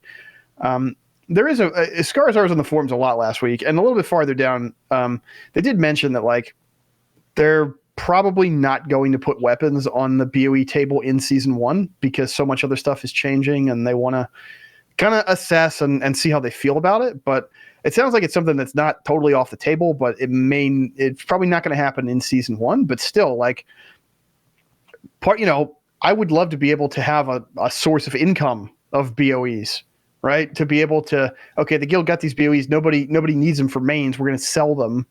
And then we put some gold in the coffers. We haven't been able to do that in a long time. There are not enough BOEs to go around in this expansion for us to be able to sell them, and my server's so dead they don't really sell anyway, but that's a whole other story. I think having more of setting expectations for players, right? Like, this is how you can get these things, and this is what you should expect in terms of, your weekly routine, and you're going to get X number of them for your time investment, and you can distribute them how you see fit. I mean, what is bad about this? Like, where is the downside compared to what we've had for the last, many years, where it's like, well, kill a bunch of trash and maybe you'll get something cool, but probably almost definitely not, but maybe you will. Yeah. The thing you mentioned earlier, because we're going to circle back here to the group loot conversation a little bit with Need Before Greed. The thing you mentioned earlier that can happen is a bow dropping for a hunter, or a bow dropping for a group that doesn't have a hunter in it, which is actually an example that Scarzard used in this post. That is a thing that is going to be potentially able to happen. But they go into detail as to sort of all the rules to sort of break down and clarify a lot of these things. So we want to go through that for a little while here, just to make sure that everyone sort of hears what's said in this post, because it's important. So in the past, Need Greed only knew if something was equipable or the right armor type, not if it was meant for your spec or not. So that's now changed, obviously. Inside of the group, if there's no hunter, a bow can still drop. It's a thing. First off, you can never need for anything your class cannot wear. No warriors sniping cloth robes with a need roll and giving it away or trolling, right? So you can't have... Jason can't roll for leather gear for me. That's just not a thing. You can't do that. They also have minor and off-spec functionality built in, which changes based on the current loot spec you're set to. So if you are set to, play a tank, it is going to try and favor to a certain degree the tank loot off that boss than it is for the DPS loot off of that boss, which means you can still technically kind of help your friend out in trying to get a tank trinket to drop by having anyone who has a tank specking tank, for not actually going to tank spec, but loot spec going to tank, to try and get the boss to drop more tank trinkets. That's something you can actually kind of encourage it to do still, which I think is actually nice, because that's something that we definitely used a lot in the past 2 expansions of trying to help out people get that particular piece that they needed, especially when they're underrepresented inside of the raid. Main spec takes priority, then off spec, then greed. So a rep paladin can't off spec loot a shield away from a main spec roll off a tank. Anyone rolling greed could never win it over them. This also means that if you swap specs for a specific fight, like going holy, you can still main spec roll for your desired items if they come if they come from that boss without having to worry about hurting yourself by being flexible in your group, which is something I do all the time. I go back and forth between DPS and healing. Players won't be able to win multiples of the same item. Say 2 sets of shoulders drop. While you need roll on both of them, winning one will remove your roll from the other, which is also great, because this is going to happen all the time otherwise, where someone gets like double loot, triple loot off of a boss because 3 of the same thing drop. They get all 3 necklaces, and it's like, what do I do with all of these necklaces? I only have 1 neck. Additional players can't need on a piece of loot that they're wearing the exact same piece at the exact same item level for. Though in the event this occurs, but the drop piece has a tertiary stat or socket, that roll would be possible, as those are considered upgrades. Lastly, even after winning the roll, items remain fully tradable without restrictions to any player that was eligible as a looter. As in, if you weren't locked to that boss previously, as if you weren't locked to that boss previously. Inversely, this means that players who have already killed boss 1 on normal for the week can't join for that boss and have loot traded to them, similar to the need before greed panel. So keep that in mind of like, if you go in, you are eligible for loot, as in receiving loot from that boss 1 time per week. You are not going to be able to go in and kill the first boss of the raid 9 or 10 times in a week and just you receive loot once with your need before greed roll and then have people trade you everything after that. That's not something that you can do. Otherwise, Mythic Raiders would be never sleeping ridiculous beasts for the first 3 weeks of the raid. Just resetting normal IDs all week long. Over and over and over again. Yeah. Oh my God. So overall, I think great clarification on this. What it comes down to is like, we are going to see situations where people are like, man, that freaking bow dropped, or that, shield with intellect on it dropped, and we didn't have anyone in the raid who could use it, and this sucks, and this is dumb, and that's a wasted piece of loot. That's going to happen occasionally. However, the benefits that go on the other side of that are going to be pretty noticeable. And it's one of those cases to me of like, the question you have to keep asking is this better than what we currently have? Right? Like, that's the question you need to answer for yourself of, is this better than what we currently have? It is better overall than what we currently are experiencing as a loot system. I think so. I think it's a clear upgrade. I think it's just an upgrade across the board. I know people are going to disagree with that, and that's fine. I mean, we've been living in fourth person loot world for 2 straight expansions, so I have had plenty of time to stew about it and watch those 3 rings or those 3 cloaks drop and go, yeah, sure would be nice if we didn't have to deal with loot this way, or watch that piece go out to somebody who didn't want it but couldn't trade it. Yeah. Yeah, I'm not going to miss that for a while. And, there are downsides to this. This isn't, there's no perfect loot system. There's no perfect way to handle this. Right. And Master Loot's not perfect either. Nope. There's no way to do it perfectly. But I think there are clear vulnerabilities with personal loot and the item level trading restrictions. And I really like the directions they're going.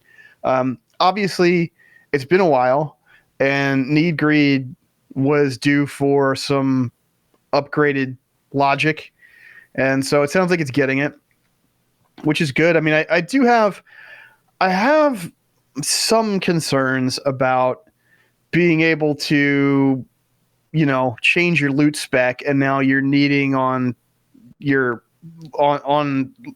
loot for a spec that you're not playing in the raid. I think in like my group, for example, that's not going to be a problem. It's a null issue for a lot of teams. Yeah, I think dedicated teams are not going to have. Yeah, I think an organized team, like you understand, like, okay, my role in the team is this. If I want to succeed, I need to get the best stuff I can for this main spec that I play. Yeah. I do a different role in a dungeon group, for example, but I'm not going to siphon loot out of my raid team to go take to dungeons and expect to keep getting raid invites, right? Yeah. And, then you can funnel like, a healing trinket or a shield or something like that. Like, hey, can everybody that can do it go tank loot spec for this boss? Or can everybody go healing loot spec for this boss? And then, that gives you a little bit more flexibility. And of course, you can trade it all. So, yeah. I mean, this all makes sense. I think it's functional. I would like a little bit more granularity here overall, and maybe we'll see that coming over time. Like being able to master loot would just really be the thing, but I don't expect them to bring that all the way back, or especially right now. But I think this is going to be functional and it's going to be efficient. It's not going to be difficult to get your loot distributed. That can be a problem with more elaborate and more granular loot distribution systems, is that it starts tacking time onto your raid experience, right? Because you have to have your loot master put items up for rolls. People have to stop and look at it. Oh, let me sim that, whatever. And they roll it, and then the loot master gets distributed. Oh, wait, it went to the wrong guy. Or, oh, can you trade that to whoever because actually they don't need it. So, that stuff can create some downtime in raids. But, I mean, overall, I think this is a good middle ground between, like, having that degree of control over boss drops and where they go versus, what we've had since BFA. Yeah. No, and there's some updates to this post that I want to cover as well here. So one of the other things is they mentioned that group loot currently is the plan to be active inside LFR. So there is going to be group loot in LFR where your boss dies, your window pops up, you need or greed for what you're looking for. You try and get loot that way. Obviously, there could be a lot of friction there, and there could be a lot of feedback that's around that. So they're still assessing that. Also, I mentioned weapons inside the BOE table. They basically just said we're still putting that under consideration based off of feedback. Like, they're not going to be moving forward with it right away, potentially just yet, but it's possible that they're going to introduce something like that in the future. They just recognize that putting weapons into the BOE pool could create some really big volatility for some classes where people are getting weapons very easily, very quickly, and having large spikes, and other classes aren't getting them, and who gets to have weapons in the BOE pool and who doesn't, and that could really favor a lot of classes. So feedback is being listened to, and they're making adjustments based off of it, which is great. So I'm glad that that's happening. There were some other little caveats here. One is responding to the question of, I'm presuming weapons for specs that can dual wield, and say boss X drops your best in slot and you want two of the same, you can still roll for your second slot even though you have one equipped. In other words, hey, I'm a rogue, I want two daggers, this is the best dagger in the game, I want to use both of them, but I already have one, which means that it's going to just nullify me from being able to get it. Is that correct? No, that's not correct. So basically, dual wielding classes are exempt from the weapons, area as far as unique equipped thing. That is now, they're exempt from that. So if you have your dagger and it's not a unique equipped dagger, then you're able to actually get a second one of those from your rolls. That's not something that you could need roll on another copy if you have one equipped. Yeah. What they're working on is, if you control like a 398 ring with any tertiary, you can't need roll on another 398 ring without a tertiary. So it only works one way. You can only get upgrades, right? So like basically, if I have Cool Dragon Ring is what they use, which I think is a great name for a ring. Cool Dragon Ring. I hope that item actually makes it into the game named Cool Dragon Ring. What I hope it is there's a ring that comes in with flavor text that says Cool Dragon Ring. That to me would be. Or just cool. Yeah. Or it's quite cool, like Fellowship of the Ring. Exactly. Basically, if I get a ring that drops that has Leech on it, and I get another ring that drops the exact same ring, named everything, totally the same ring, I can't need roll on that unless it has a socket and a tertiary or something like that. If it drops with no tertiary and I have one with a tertiary, what I have is better. I can't need roll on the one that exists, which I also really like because it filters out people making mistakes. the amount of time people be like, oh, I don't know if I have that ring. I'll just hit need just in case. That will happen all of the time. Yeah, it does happen. And people go, oh, you know what? I already had one of these, but it's 3 hours later. And now somebody's out a ring they could have been using. Exactly. I mean, that happens with my team. Like, it does. People just forget they have stuff in their bags. Yep, they do. So a little reveal under the hood, they say, is they're working towards it being so that not all tertiaries are considered equal. It's valid for a healer to want to roll for an item with leech, or some players to roll for an item with a socket, even if they have the exact same item level. But speed and indestructible are, obviously less valued. We'll see how this works out in the long term. So I like this too, of like, hey, you know what? If I got a ring with speed on it and I'm a healer and a ring with leech drops, I want to be able to roll in the ring with leech. Let me roll in the ring with leech. Give me priority over that ring on leech with classes who, don't need leech as much. Like, I would love for that to be something that they encourage in the game, but sort of like... Or how about this? Like, I have a ring that has indestructible on it, but the same ring just dropped with a socket, but I can't roll on it because the tertiary is already on there. Yeah, it's like some logic like that to break that up would be great. Yeah, that's what they're looking at, for sure. Yeah, they really aren't equal. Like, a socket is going to be way better than something like indestructible, just straight up. I think you can afford your repair bills. You want the extra stats. So, I mean, this is where it gets a little bit, this is where you get close to the edge of how the system works, where it's like, well, we have these like random things that can affix to these items. And like, at what point is it no longer an upgrade or whatever? So there might be a little wonkiness out of the gate with some of these items. Again, the big thing is, you can trade everything that drops inside of a raid. So even if a player can't need on an item that's a clear upgrade for them, if the team decides the correct thing to do is for the loot to go to that player, then it goes to that player. Yep. And that, like, it's, man, when I say that sentence, it sounds so simple, doesn't it? But like, we haven't been able to do that for like 5 years. Yeah. So I love it. And I mean, yeah, it's going to need more support in terms of how some of the underlying systems work. There are going to be edge cases where there is disappointment and feels bad moments. There absolutely will be. There is no way to remove those from the equation. They will always be present as long as loot works anything like this.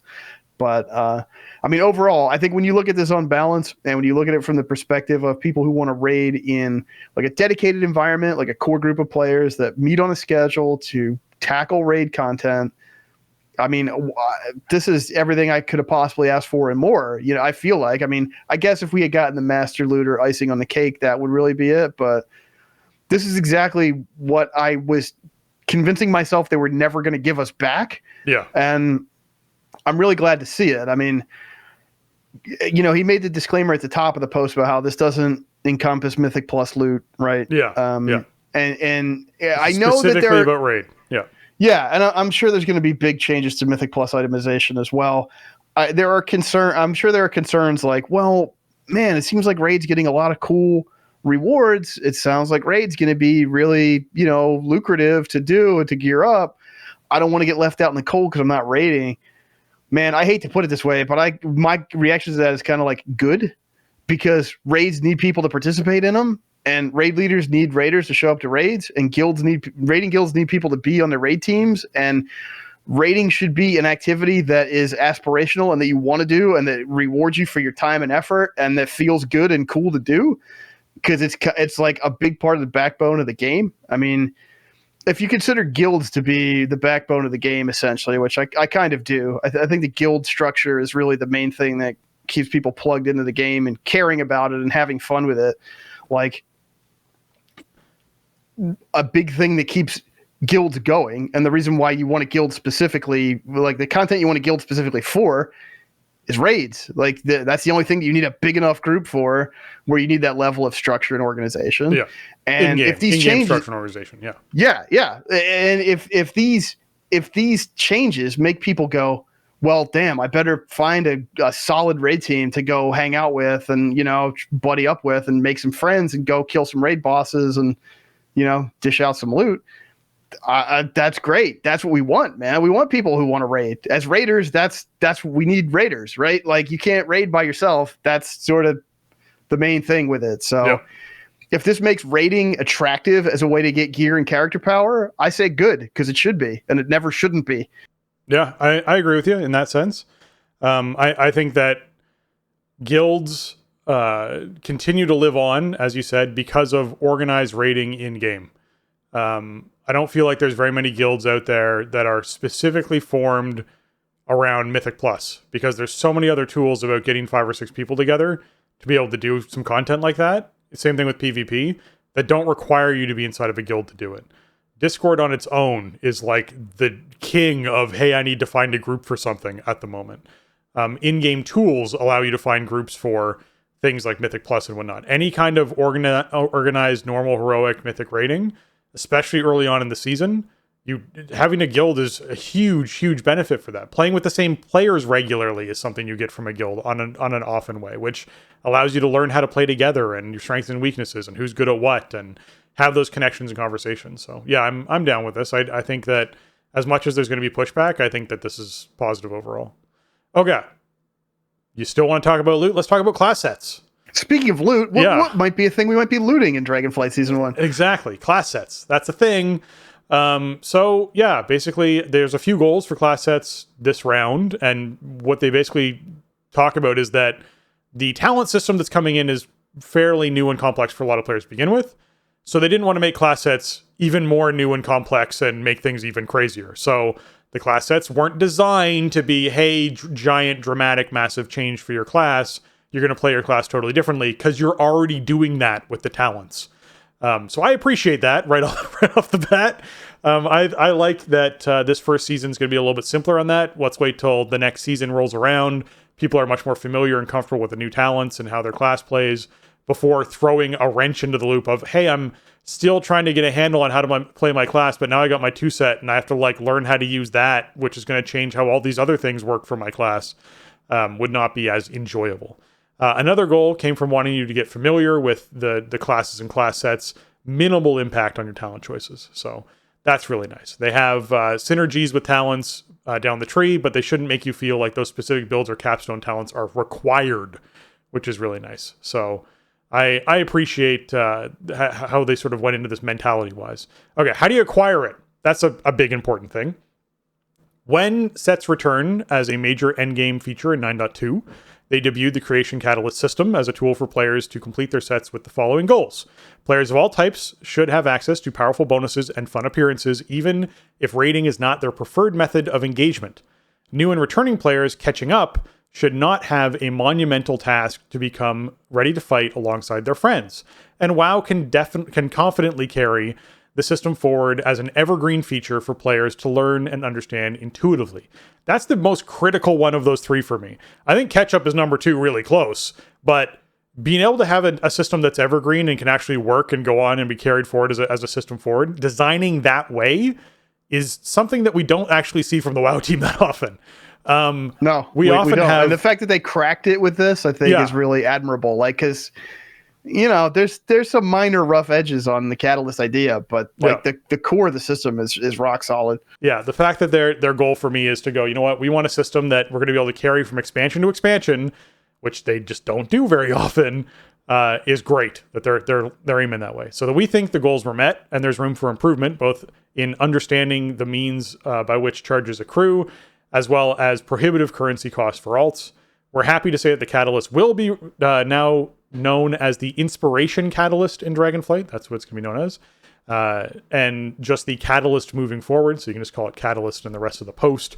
But in other words, if people are going to see posts referring to the Catalyst, they mean the Inspiration Catalyst, which is the Creation Catalyst. All the renaming. Anyways, it's a Catalyst. We have more details to share, everything on Catalyst related in features in the future, but for now, it's worth mentioning that we're planning on keeping the unlock cadence the same, as to say the 6th week of Mythic Raid becomes available. After Mythic Raid becomes available is when you're going to be able to do your first piece.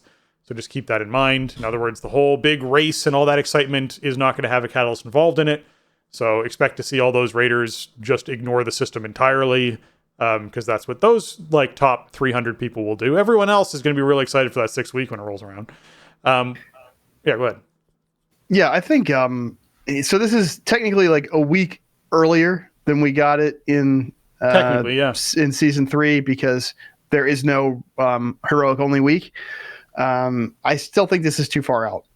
Agreed. I think 3 weeks, man. 3 weeks. 3 weeks is maybe okay. I think 4 weeks is like unassailably good. It's not too late. It's not too early. I don't know how long we should really expect it to take to compile a 4-piece bonus, but I feel like the existence of the catalyst sort of indicates that it shouldn't take that long, right? Like you should want to use the catalyst to make your set pieces. It shouldn't be like, well, I already got all my set pieces from just drops and vaults, so like I don't care about the catalyst anymore. Like if we have it, let's use it. But baby steps, man. I'll take. The way they're framing this makes it sound like it's earlier than it is. 6th week after Mythic Raid becomes available sounds like week 7 to me instead of week 8 as it was in season 3 of Shadowlands. So, an improvement for sure, but I think we could cut it back. Like maybe, 2-3 more weeks. I don't think you're ruining the integrity of the process, but, I don't think there's a point. I don't think there's a point in putting the system into the game if by the time it releases and launches, a large portion of your rating players have their tier set or very close to having their tier set. Or at least like a 2-piece bonus or something. The catalyst should not be the route for someone to get their 4-piece on week 6. You should have your 4-piece by week 6, in my opinion. It shouldn't be something where you're still like, because think about it, right? Like there's 3 difficulties at launch. So you have 6 weeks of 3 difficulties where for some people who can actually get in there and do it, right? At least 1 difficulty for players. You then have LFR kicking in. You can get tier sets from LFR. So for some people, they're going to have 4 different raid chances to get their tier sets for essentially like what I'm going to say 4 weeks because LFR is staggered in how it comes out. So you're going to have, week 1, week 2 kind of thing that's happening with it. But you're going to have a lot of chances to get your tier in those first 6 weeks. I don't think the catalyst should work as okay, thank goodness I can finally get this last piece, or I already have my 4 set. Hopefully when that higher item level piece drops, I can convert it to a tier piece. I think it should help you complete your 4 set. And I think that would be a much nicer thing to do. So I think week 3 is your first charge. And then, a couple weeks after that, you get your second charge, I think would make sense to me. And I don't see a big problem in doing that. But again, they're deciding. Yeah. They got to decide what they're going to do. I don't think it really serves a purpose of catch up at the outset either, because if let's say you're a month behind, right? Like you had a rough month, and so you're a month behind. You're not catching up on anything, man, because you're behind on. You have the same amount of charges as everybody else, which is not enough charges, right? And you don't have the currency. Presumably, there's going to be some kind of currency that you have to use, spend energy, whatever, to like infuse into the catalyst to change the piece. So now you're behind on acquiring that, which may put you to the point where you can't use all of the accrued charges when you initially come back. So it's a now later on it doesn't matter, right? Because there's so many charges banked, and then people can presumably they'll put in, like, if there's a currency, they'll put in a BOA item to shift the currency between tunes. Like, it's fine down the road, but that initial window is very weird. Also, you do have a lot of sources for the set items, especially if you're doing raids and dungeons and PvP. I assume that you're going to be able to get set items out of vault rewards from the other activities, as we saw in season 3 and 4. But if you only just do like Mythic Plus and you don't luck out on your vaults, then you have no pieces, right? Whereas somebody who's raiding, maybe they have a drop or 2 or 3, and so that first week of Catalyst, their 4 pieces come online. I understand that kind of feels bad, but to me, again, it's like, well, go raid. You should go find people to raid with. They want you to raid with them, and then you can get some raid rewards. Like it kind of has that side effect of like, well, if raids are like really attractive out of the gate, that's like good for raiding overall. But yeah, week 7 feels really far away on week 1. I'll say that much. Yes, it certainly. It also feels weird to be like, hey, I've learned about this new system in week 1. Okay, now I can forget about it for the next 7 weeks. Right. Yeah. When the creation catalyst came online, it's like, where was that thing again? What do I do? I don't remember. Yeah. All right. As far as set bonuses go, we'll cover what we normally do, which is, hey, here's the classes and specs that we play. So Balanced Druid, Restoration Druid, and Protection Warrior, and the set bonuses that go along with those. Obviously, the post has more of these, and they're all up on beta, so you can go out and try them all out. So if you're interested in yours, you can go to Wowhead, find your tier set stuff, and check it out. But I'll start off with Resto Druid just because it actually emphasizes the point of things being a little bit simpler, to sort of make your brain not have to work too hard when you're wearing tier sets. Rejuve, Life Bloom, Wild Growth, Efflorescence, and Tranquility all get a 10% chance to crit. So basically you get 10% crit on all those spells is what it basically is for your 2 set. It literally is, hey, here's Critical Strike for these things. The reason why they specify spells, Resto Druids right now are doing a lot of damage. Giving them 10% crit across everything, if it just said you get 10% Critical Strike for putting this on, would be insane. So specifying it for spells, very simple, but very powerful. The 4 set is Efflorescence critical heals, increase the healing of your next Wild Growth by 10%, and this stacks up to 5 times. Life Bloom critical heals, reduce the cooldown on Nature's Swiftness by 2 seconds.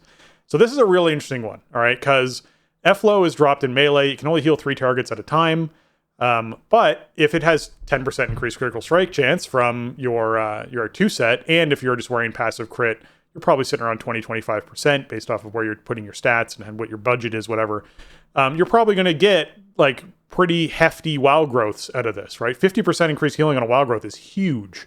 And since wild growth has a cooldown on it for how frequently you can use it, most likely you're going to have a bunch of these stacks passively without even thinking about it every time that you go to use your wild growth. Nature Swiftness thing is neat, but it's not massive. The biggest thing about the Nature Swiftness, and I'll out this big secret now since we're at the end of the expansion. I wasn't sure how many people knew about it. If you use Nature Swiftness, which increases the amount of healing you do on your next regrowth by a large amount, before you cast Convoke as a Resto Druid, the Nature Swiftness buff that increases the amount of healing you do on your next regrowth applies to every regrowth cast within Convoke, just as an FYI, and it does not consume Nature Swiftness, which means when it finishes the Convoke, you can then cast a Nature Swiftness, regrowth if you wanted. So it's a huge benefit to have Nature Swiftness up before you cast Convoke as a Resto Druid. The thing about this is when you have a 1-minute cooldown ability like Nature Swiftness, and you have a 1-minute cooldown ability like Convoke, using one right before the other often means that by the time Convoke finishes, it's on its timer. Nature Swiftness has to be cast. You have to cast the regrowth afterwards to put it on cooldown, which means you now have desynced 1-minute stuff, right? It no longer syncs up. So this Life Bloom critical heal, reducing the Nature Swiftness cooldown, actually brings it back into line with all the Convoke stuff that people are doing. So it's kind of neat to see how that set bonus is going to work. I don't know, obviously, if Convoke's going to be the meta, the thing that people should do when it comes to Resto Druid stuff in Dragonflight. It's a talent that we can choose inside of our talent tree. It might be, but Nature Swiftness in general is just a really powerful tool. You can use it just to res people if you wanted. If you just want to use Resurrection, you don't want to channel the whole cast, you can Nature Swiftness res a tank, get them back up immediately, which is huge inside a lot of situations versus, forcing someone else to cast or yourself cast and potentially have a boss beating on someone it shouldn't be for the 3 seconds it takes you to cast your res. So yeah, Resto's the big passive one. You won't really have to do too much thinking about what you're doing based off your tier set. Balanced Druid's a little bit more advanced. All right, Starfall and Star Surge increase the damage of your next Wrath and Starfire by 50%, stacks up to 3 times. That's your 2 set. So every time you cast Starfall, which now you can cast and it stacks, it's back, guys. The Starfall thing is back, where you're able to just cast Starfall over and over and over again and do more damage inside that area. That is fantastic. That's back. And if you're casting Star Surges, the biggest thing to remember is after you cast 3, cast a Wrath or Starfire. So that's going to change your rotation. There's going to be situations where you are basically just wanting to pool up all of your, energy you can. There's a lot of things that actually give you astral power back as well, or generate astral power over time. So casting 4 Star Surges in a row isn't that uncommon. You might actually be able to do it on a regular basis. The 2 set basically gives you a checkpoint of cast 3, stop casting Star Surges, cast something else. Cast 3, right?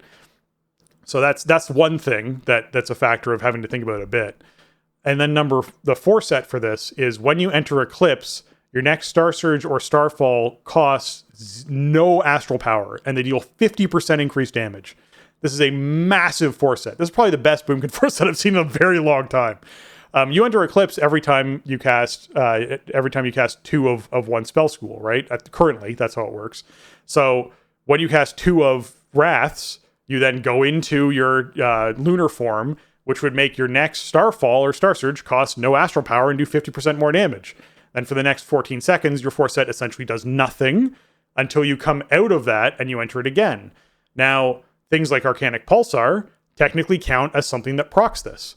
So if you do enter lunar, cast a Star Surge, it does 50% more damage and costs nothing, and then pop your, that if that Star Surge pops your Pulsar proc, you'll then enter Incarnation, which also counts as entering an Eclipse, and you'll be able to do it again.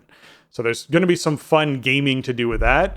This is much more of a affects your class, affects what you're doing than it is for the Resto Druid and for some of the other classes. But overall, Boomkin's looking like it's a lot of fun, and I think we're going to see some nerfs before it even goes live, because there's a lot of people already continuing to beg for nerfs to Boomkin. It is what it is. All right, Jason, how's Warrior looking? Prot Warrior. So Prot Warrior bonuses are like dead simple, which is good because, Prot Warrior it's a bit complex to play, I would say. There's a lot of stuff that you have to take into consideration. And with the talent trees, like, we're going to have even more buttons, I feel like, than we've had lately, most likely. And we already have a lot of buttons. And actually, our current set bonus is being kind of rolled into a talent, and that is a lot of stuff to kind of micromanage. So they said, you know what, Prot Warriors, we're gonna give you something simple, which I'm a fan of. There's been some grousing about like, well, these bonuses are really boring. Like, they're supposed to be. They're supposed to just like make your class like play better and give you more stats. So the 2 set, Revenge grants you Vanguard's Determination, increasing your damage done, reducing damage you take by 4% for 5 seconds. I mean, nothing like, over the top here. You're going to revenge a lot. Are you going to revenge every 5 seconds? Maybe. If you're in an AoE situation and you're getting enough procs because you're getting attacked so much and you're parrying or dodging or whatever, then yeah, you certainly could. Or if you just have like the rage income, if potentially it's might be hard to have that much rage income in season 1, but you just do more damage and take less every time you revenge for 5 seconds. And the 4 set is during Vanguard's Determination, gain Ignore Pain equal to 10% of damage you deal. So now you are doing more damage, you are taking less damage, and now you're taking a lot less damage because you are also funneling your damage output into your Ignore Pain bubble, which is saving you rage. Saving rage is always the thing I like to do. I like to generate more rage and spend less rage, so I always have more rage to spend. The thing that I think about when I see these bonuses is there are some interesting rage talents in the Warrior and Prot trees. And there's been some potential for some revenge stuff with Prot Warrior for a little while here. There's a talent currently, like in Shadowlands, that is so tantalizing but just isn't good enough to justify taking, that modifies revenge. But of course, in Dragonflight Season 1, we're not living in a world anymore where you have a choice between these 3 bonuses, and if this isn't the best one, then you don't take it, right? Like, you kind of have this more holistic approach to how you're building your character, the situations you're building for, the playstyle you're building for, the itemization you're building around. So what I'm seeing here is the potential to go for more of a revenge-heavy build in Dragonflight Season 1 and trying to really max out this set bonus so that you're revenging like really hard, which is then also pumping up your Ignore Pain that much more, which is saving you more rage to spend on, I guess if you can maintain the Ignore Pain bubble, it might be okay to just like spend rage on non-procced revenges, that aren't giving you the steep rage discount. So it's not really some kind of earth-shattering thing, like we were talking about at the top of this section, but I think this could open up the door to really mix up the play style for Prot Warrior a little bit in terms of what we've had recently. In BFA and to a lesser extent in Shadowlands, it's just been this synergy between like Avatar, Thunderclap, that whole thing, the cooldown reduction, and that's the main part of your sort of output is around those windows. It has been de-emphasized in Dragonflight compared to BFA, but it's still like an important part of the kit, and you're not building into that revenge talent. And I see the potential here for at least some variety. Try to do something different, see how it works, see if it feels good, see if it's powerful. I like it. I like the direction. I want to mess around with the revenge talents, and it can be super fun in dungeons or AoE situations if you really, go deep down the path of building into revenge and just getting a lot of damage out. Like that's via something that isn't Avatar Thunderclap. I would be I'd be very open to trying out some playstyles like that. Cool. All right, so they talk a little bit about transmog here, ensembles, just in a brief post. Basically, this comes in from Linksy, who says, currently there's a bug with Dragonflight vendors that are causing them to show more ensembles for sale than they should to the character viewing their wares. Ensemble unlocks are not changing in Dragonflight. The vendors should only be offering them to characters with appropriate armor types.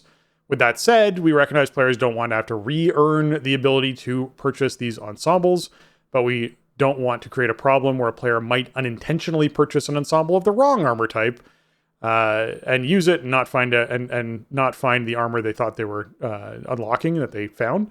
So in Dragonflight, the ability to purchase the cosmetic renown unlocks will be unlocked account-wide and can be purchased with alt characters on that account that match the ensemble armor type. This is actually kind of a cool thing. If you want to collect all the armor types, they're kind of a pain in the butt to do inside current expansion Shadowlands. So Dragonflight is actually a little bit easier because they're just unlocked in all your alts. So that'll be nice. I'll be happy with that.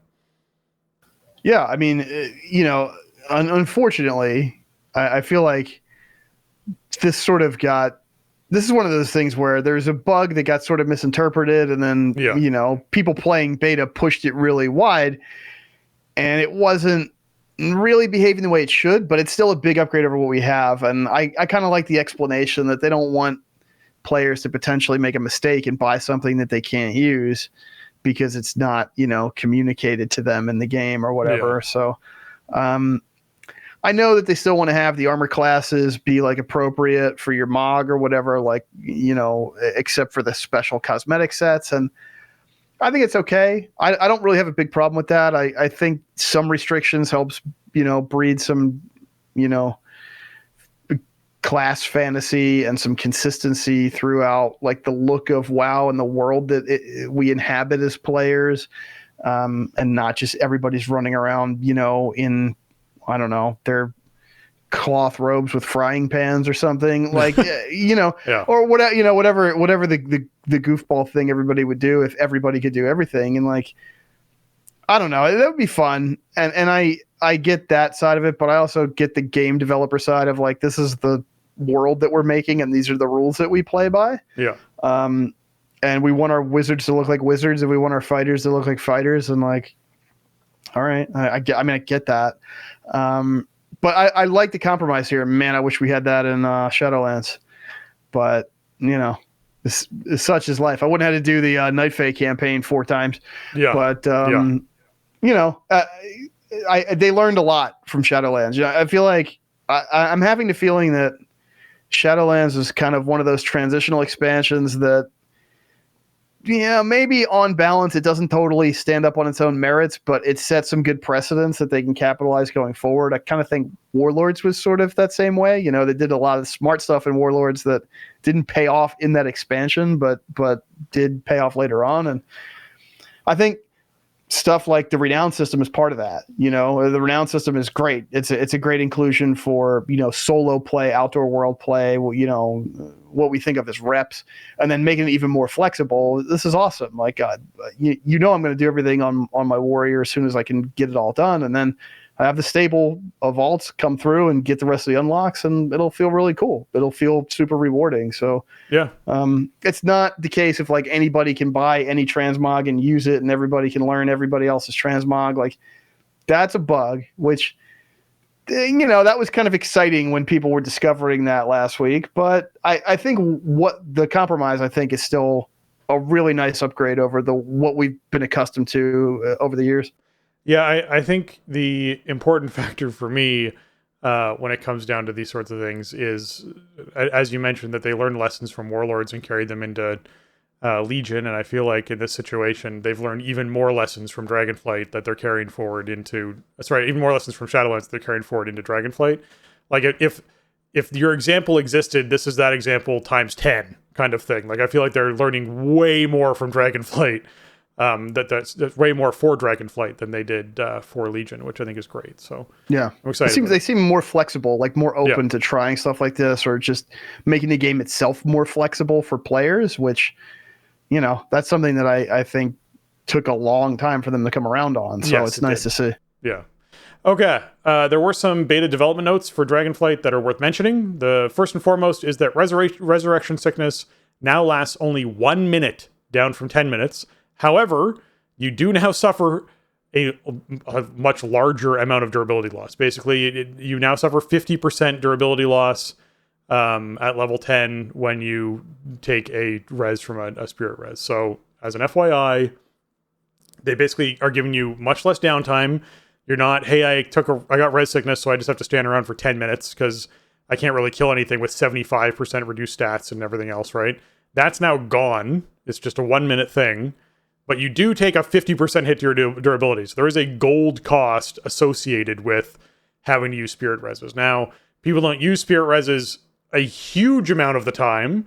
I use this based off of my own personal experience and from talking with people, but I would say that this is a much better solution where I would certainly consider taking a spirit res much more often than I currently do. Currently, it's one of those cases where the times that I take one is when I'm like, basically my brain does the math of, will it take me longer than 10 minutes to get back to my corpse and get out of where I am and get to where I want to go next, versus should I just take a res sickness, go to the place I want to go to now, because that'll actually end up saving me time, right? Whereas in this case now it's like, yeah, you know what, if I have the gold, I'll take the 1 minute because I can, you know, head out to the next thing I want to do because I was pretty much done in that area anyways, and I think that's great. So this just helps players keep playing the game. Why would you not want that? Yeah, it's weird because Resurrection Sickness, as far as I know, like it hasn't changed ever, or maybe if it has, like it was a really long time ago. What they're basically doing here, well, you don't lose experience anymore. No, I'm just kidding. Right? Yeah. Wow. That's man. Those were the days, man. That was the state of the industry at one point. Yeah, yep, that's why when it shipped, WoW was the Care Bear MMO because you didn't lose XP when you died. Yep. But yeah, like Resurrection Sickness is a very, very old school part of the game. And I feel like what they're doing here is basically front loading the penalty, which I think is smart, you know. That Resurrection Sickness, if you were like in the middle of a gameplay session, it really wasn't an option. Because what are you going to do? I guess you take it and then you go do something, get up away from your computer, you take a bio break, take the dog around the block, you know, I don't know, make a sandwich. You know, it's like you can't do anything. So a minute, but you pay more gold to fix your gear, I think is I think it's good. I think it's just better. And now if you have to take a spirit res, you know, you don't have to amuse yourself to get back to playing your game. So, but now this calls into question where we put indestructible on that scale of how good tertiaries are when we're talking need greed rolls. Hey, he's thinking. If you're taking a lot of spirit reses, you get that indestructible gear, man, that's going to save you some coin. Yeah, I didn't consider that. That is certainly an appealing thing about having indestructible on your gear. All right. Starter builds are going to start going in this week. So for those who have the talent trees, you're going to start to be able to actually pick out a starter build from presets. So start checking that out in your max level characters on beta. And then utility change wise, there's just a variety of utility changes across talent trees with different play testing they're still looking at. So be sure you're play testing your characters, basically, is what they're sort of getting at with some of this utility change stuff that's happening. And they're sort of saying, hey, Outlaw Rogues, like we're coming for Restless Crew, and hey, Havoc DHs, we're coming for all your crowd control. Yeah. Which is kind of sad, but I mean, you know, they got to get it to a baseline. When you're testing stuff out, you always got to kind of go over the top and then dial it back. So hopefully that stuff still ends up being cool. But yeah, and starter builds are really nice for beta because like if you want to hop in and play something, you don't have to spend half an hour trying to figure out how to spec it out. Just go push buttons. Exactly. And then as far as dungeons on and raids on beta, this is on beta. Nathria, Sanctum, and Sepulchre are now going to move over to group loot. So the new loot system is going to go live with those raids on beta. So if you are wanting to put a raid group together on beta and go and do these raids and experience what group loot's going to be like, you can do that and test it and give feedback. And then we did it, Jason. We actually managed to accomplish another thing on the show. Edit mode now has snap for UI elements. You can now actually take something from your UI element, have the grid turned on, and have items snap to different areas. Thank you for following through with that. I remember when that mode first came out, there was no grid. We asked for a grid, we got a grid. We asked for snap, we got snap. They're doing it. It's coming together. This edit mode is going to be great. I'm super excited for it. Now I just want a way to save and export my UI. I want save and export my UI. That's what I want. That'll be a whole game changer. People just be like, hey, how did you do that to your UI if you're in a stream or something? And if it's all in-game stuff, So I was messing around with this, and the snap thing was not working for me. So I don't know if I need to repair my beta client, or I need to wipe my account data or something. I couldn't get it to work, but I'm super excited that it's going to be part of it.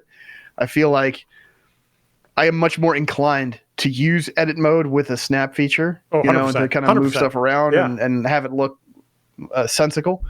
And on the dungeons and raids point about the Shadowlands raids having group loot on beta, I'm wondering if this means we should expect them to have it for pre-patch. I don't know. 10.0 pre-patch. I would think so. Yeah. So that'll be kind of interesting in that kind of final put, like when we're killing potentially 31 bosses a week, and everybody's kind of taking those last shots to get that transmog piece or whatever piece of loot that they really wanted before it's all said and done. Maybe group loot will help in that regard. Maybe it'll hurt in that regard. But my expectation would be that if it's in beta, it's going to be in 10.0 when pre-patch ships. That's what I would think. But I mean, they could do whatever they want on beta and change it. Like, this is not confirmation of anything. But if I had to,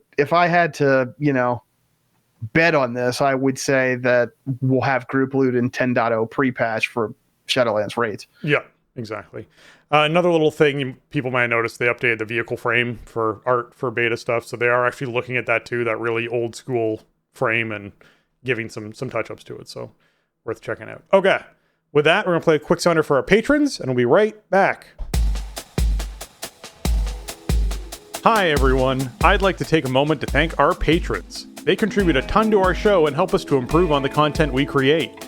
Today I'm giving a special shout out to Arajian, Celian, Infark, Kapawi, Mibble the Mighty, Nick, and Shorel. Thank you! This sounder is for you.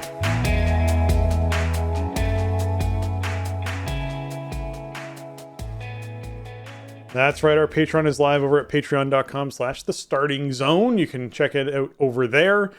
Big shout out and thank you to our newest patron, Josh. Thank you so much, Josh, for hopping in, supporting the show. Really appreciate it. Helps us put together all of these fun episodes. We are scheduling a patron episode for October. We're going to do it in the next couple of weeks here, so it's not going to be too far out. Get your questions in, guys. We have 2 submissions so far, which is why we were looking at doing the patron episode for last month and went, you know what, we're just going to carry these over, give people a little bit more time to get in submissions, a little bit more time to digest some of the news that happened last week, get some questions together. So yeah, get them in. You can submit them either through Patreon to us, or you can join our Discord over at startingzone.com/Discord. If your Discord and your Patreon are linked, you'll actually get a little, different colored name, little title and role for the Discord. And if you ask questions there that you obviously specify towards the patron Q&A episode, we can get those in on there too. Or through that Discord, you can join us live on the show when we do it. So yeah, just a heads up, it'll be the next couple of weeks. We'll announce it all probably on next week's episode or the week after, just to let everyone know what's going on with that. I'm super excited about what's happening with the game and what's coming up in expansion stuff. And I can't thank our patrons enough for supporting us and helping us do this show. Absolutely.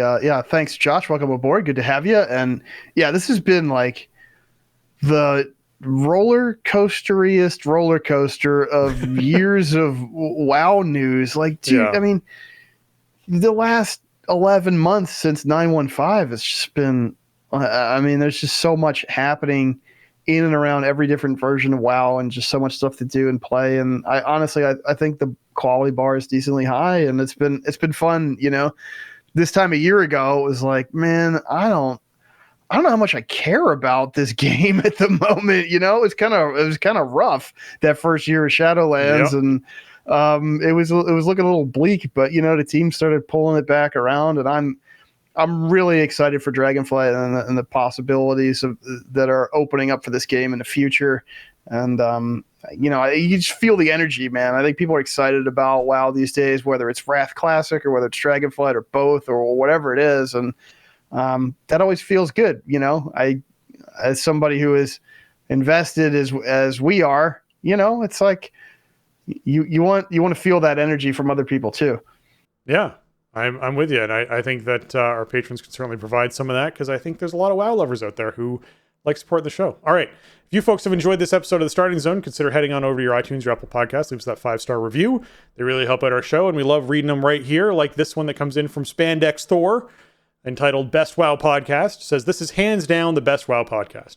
I've been listening since right before 9.2, and all the input and work you guys put into the show is amazing. Thank you. I know every Tuesday when I get off work, I will have an amazing podcast to listen to, and absolute garbage in my vault. Well, I'm sorry to hear that.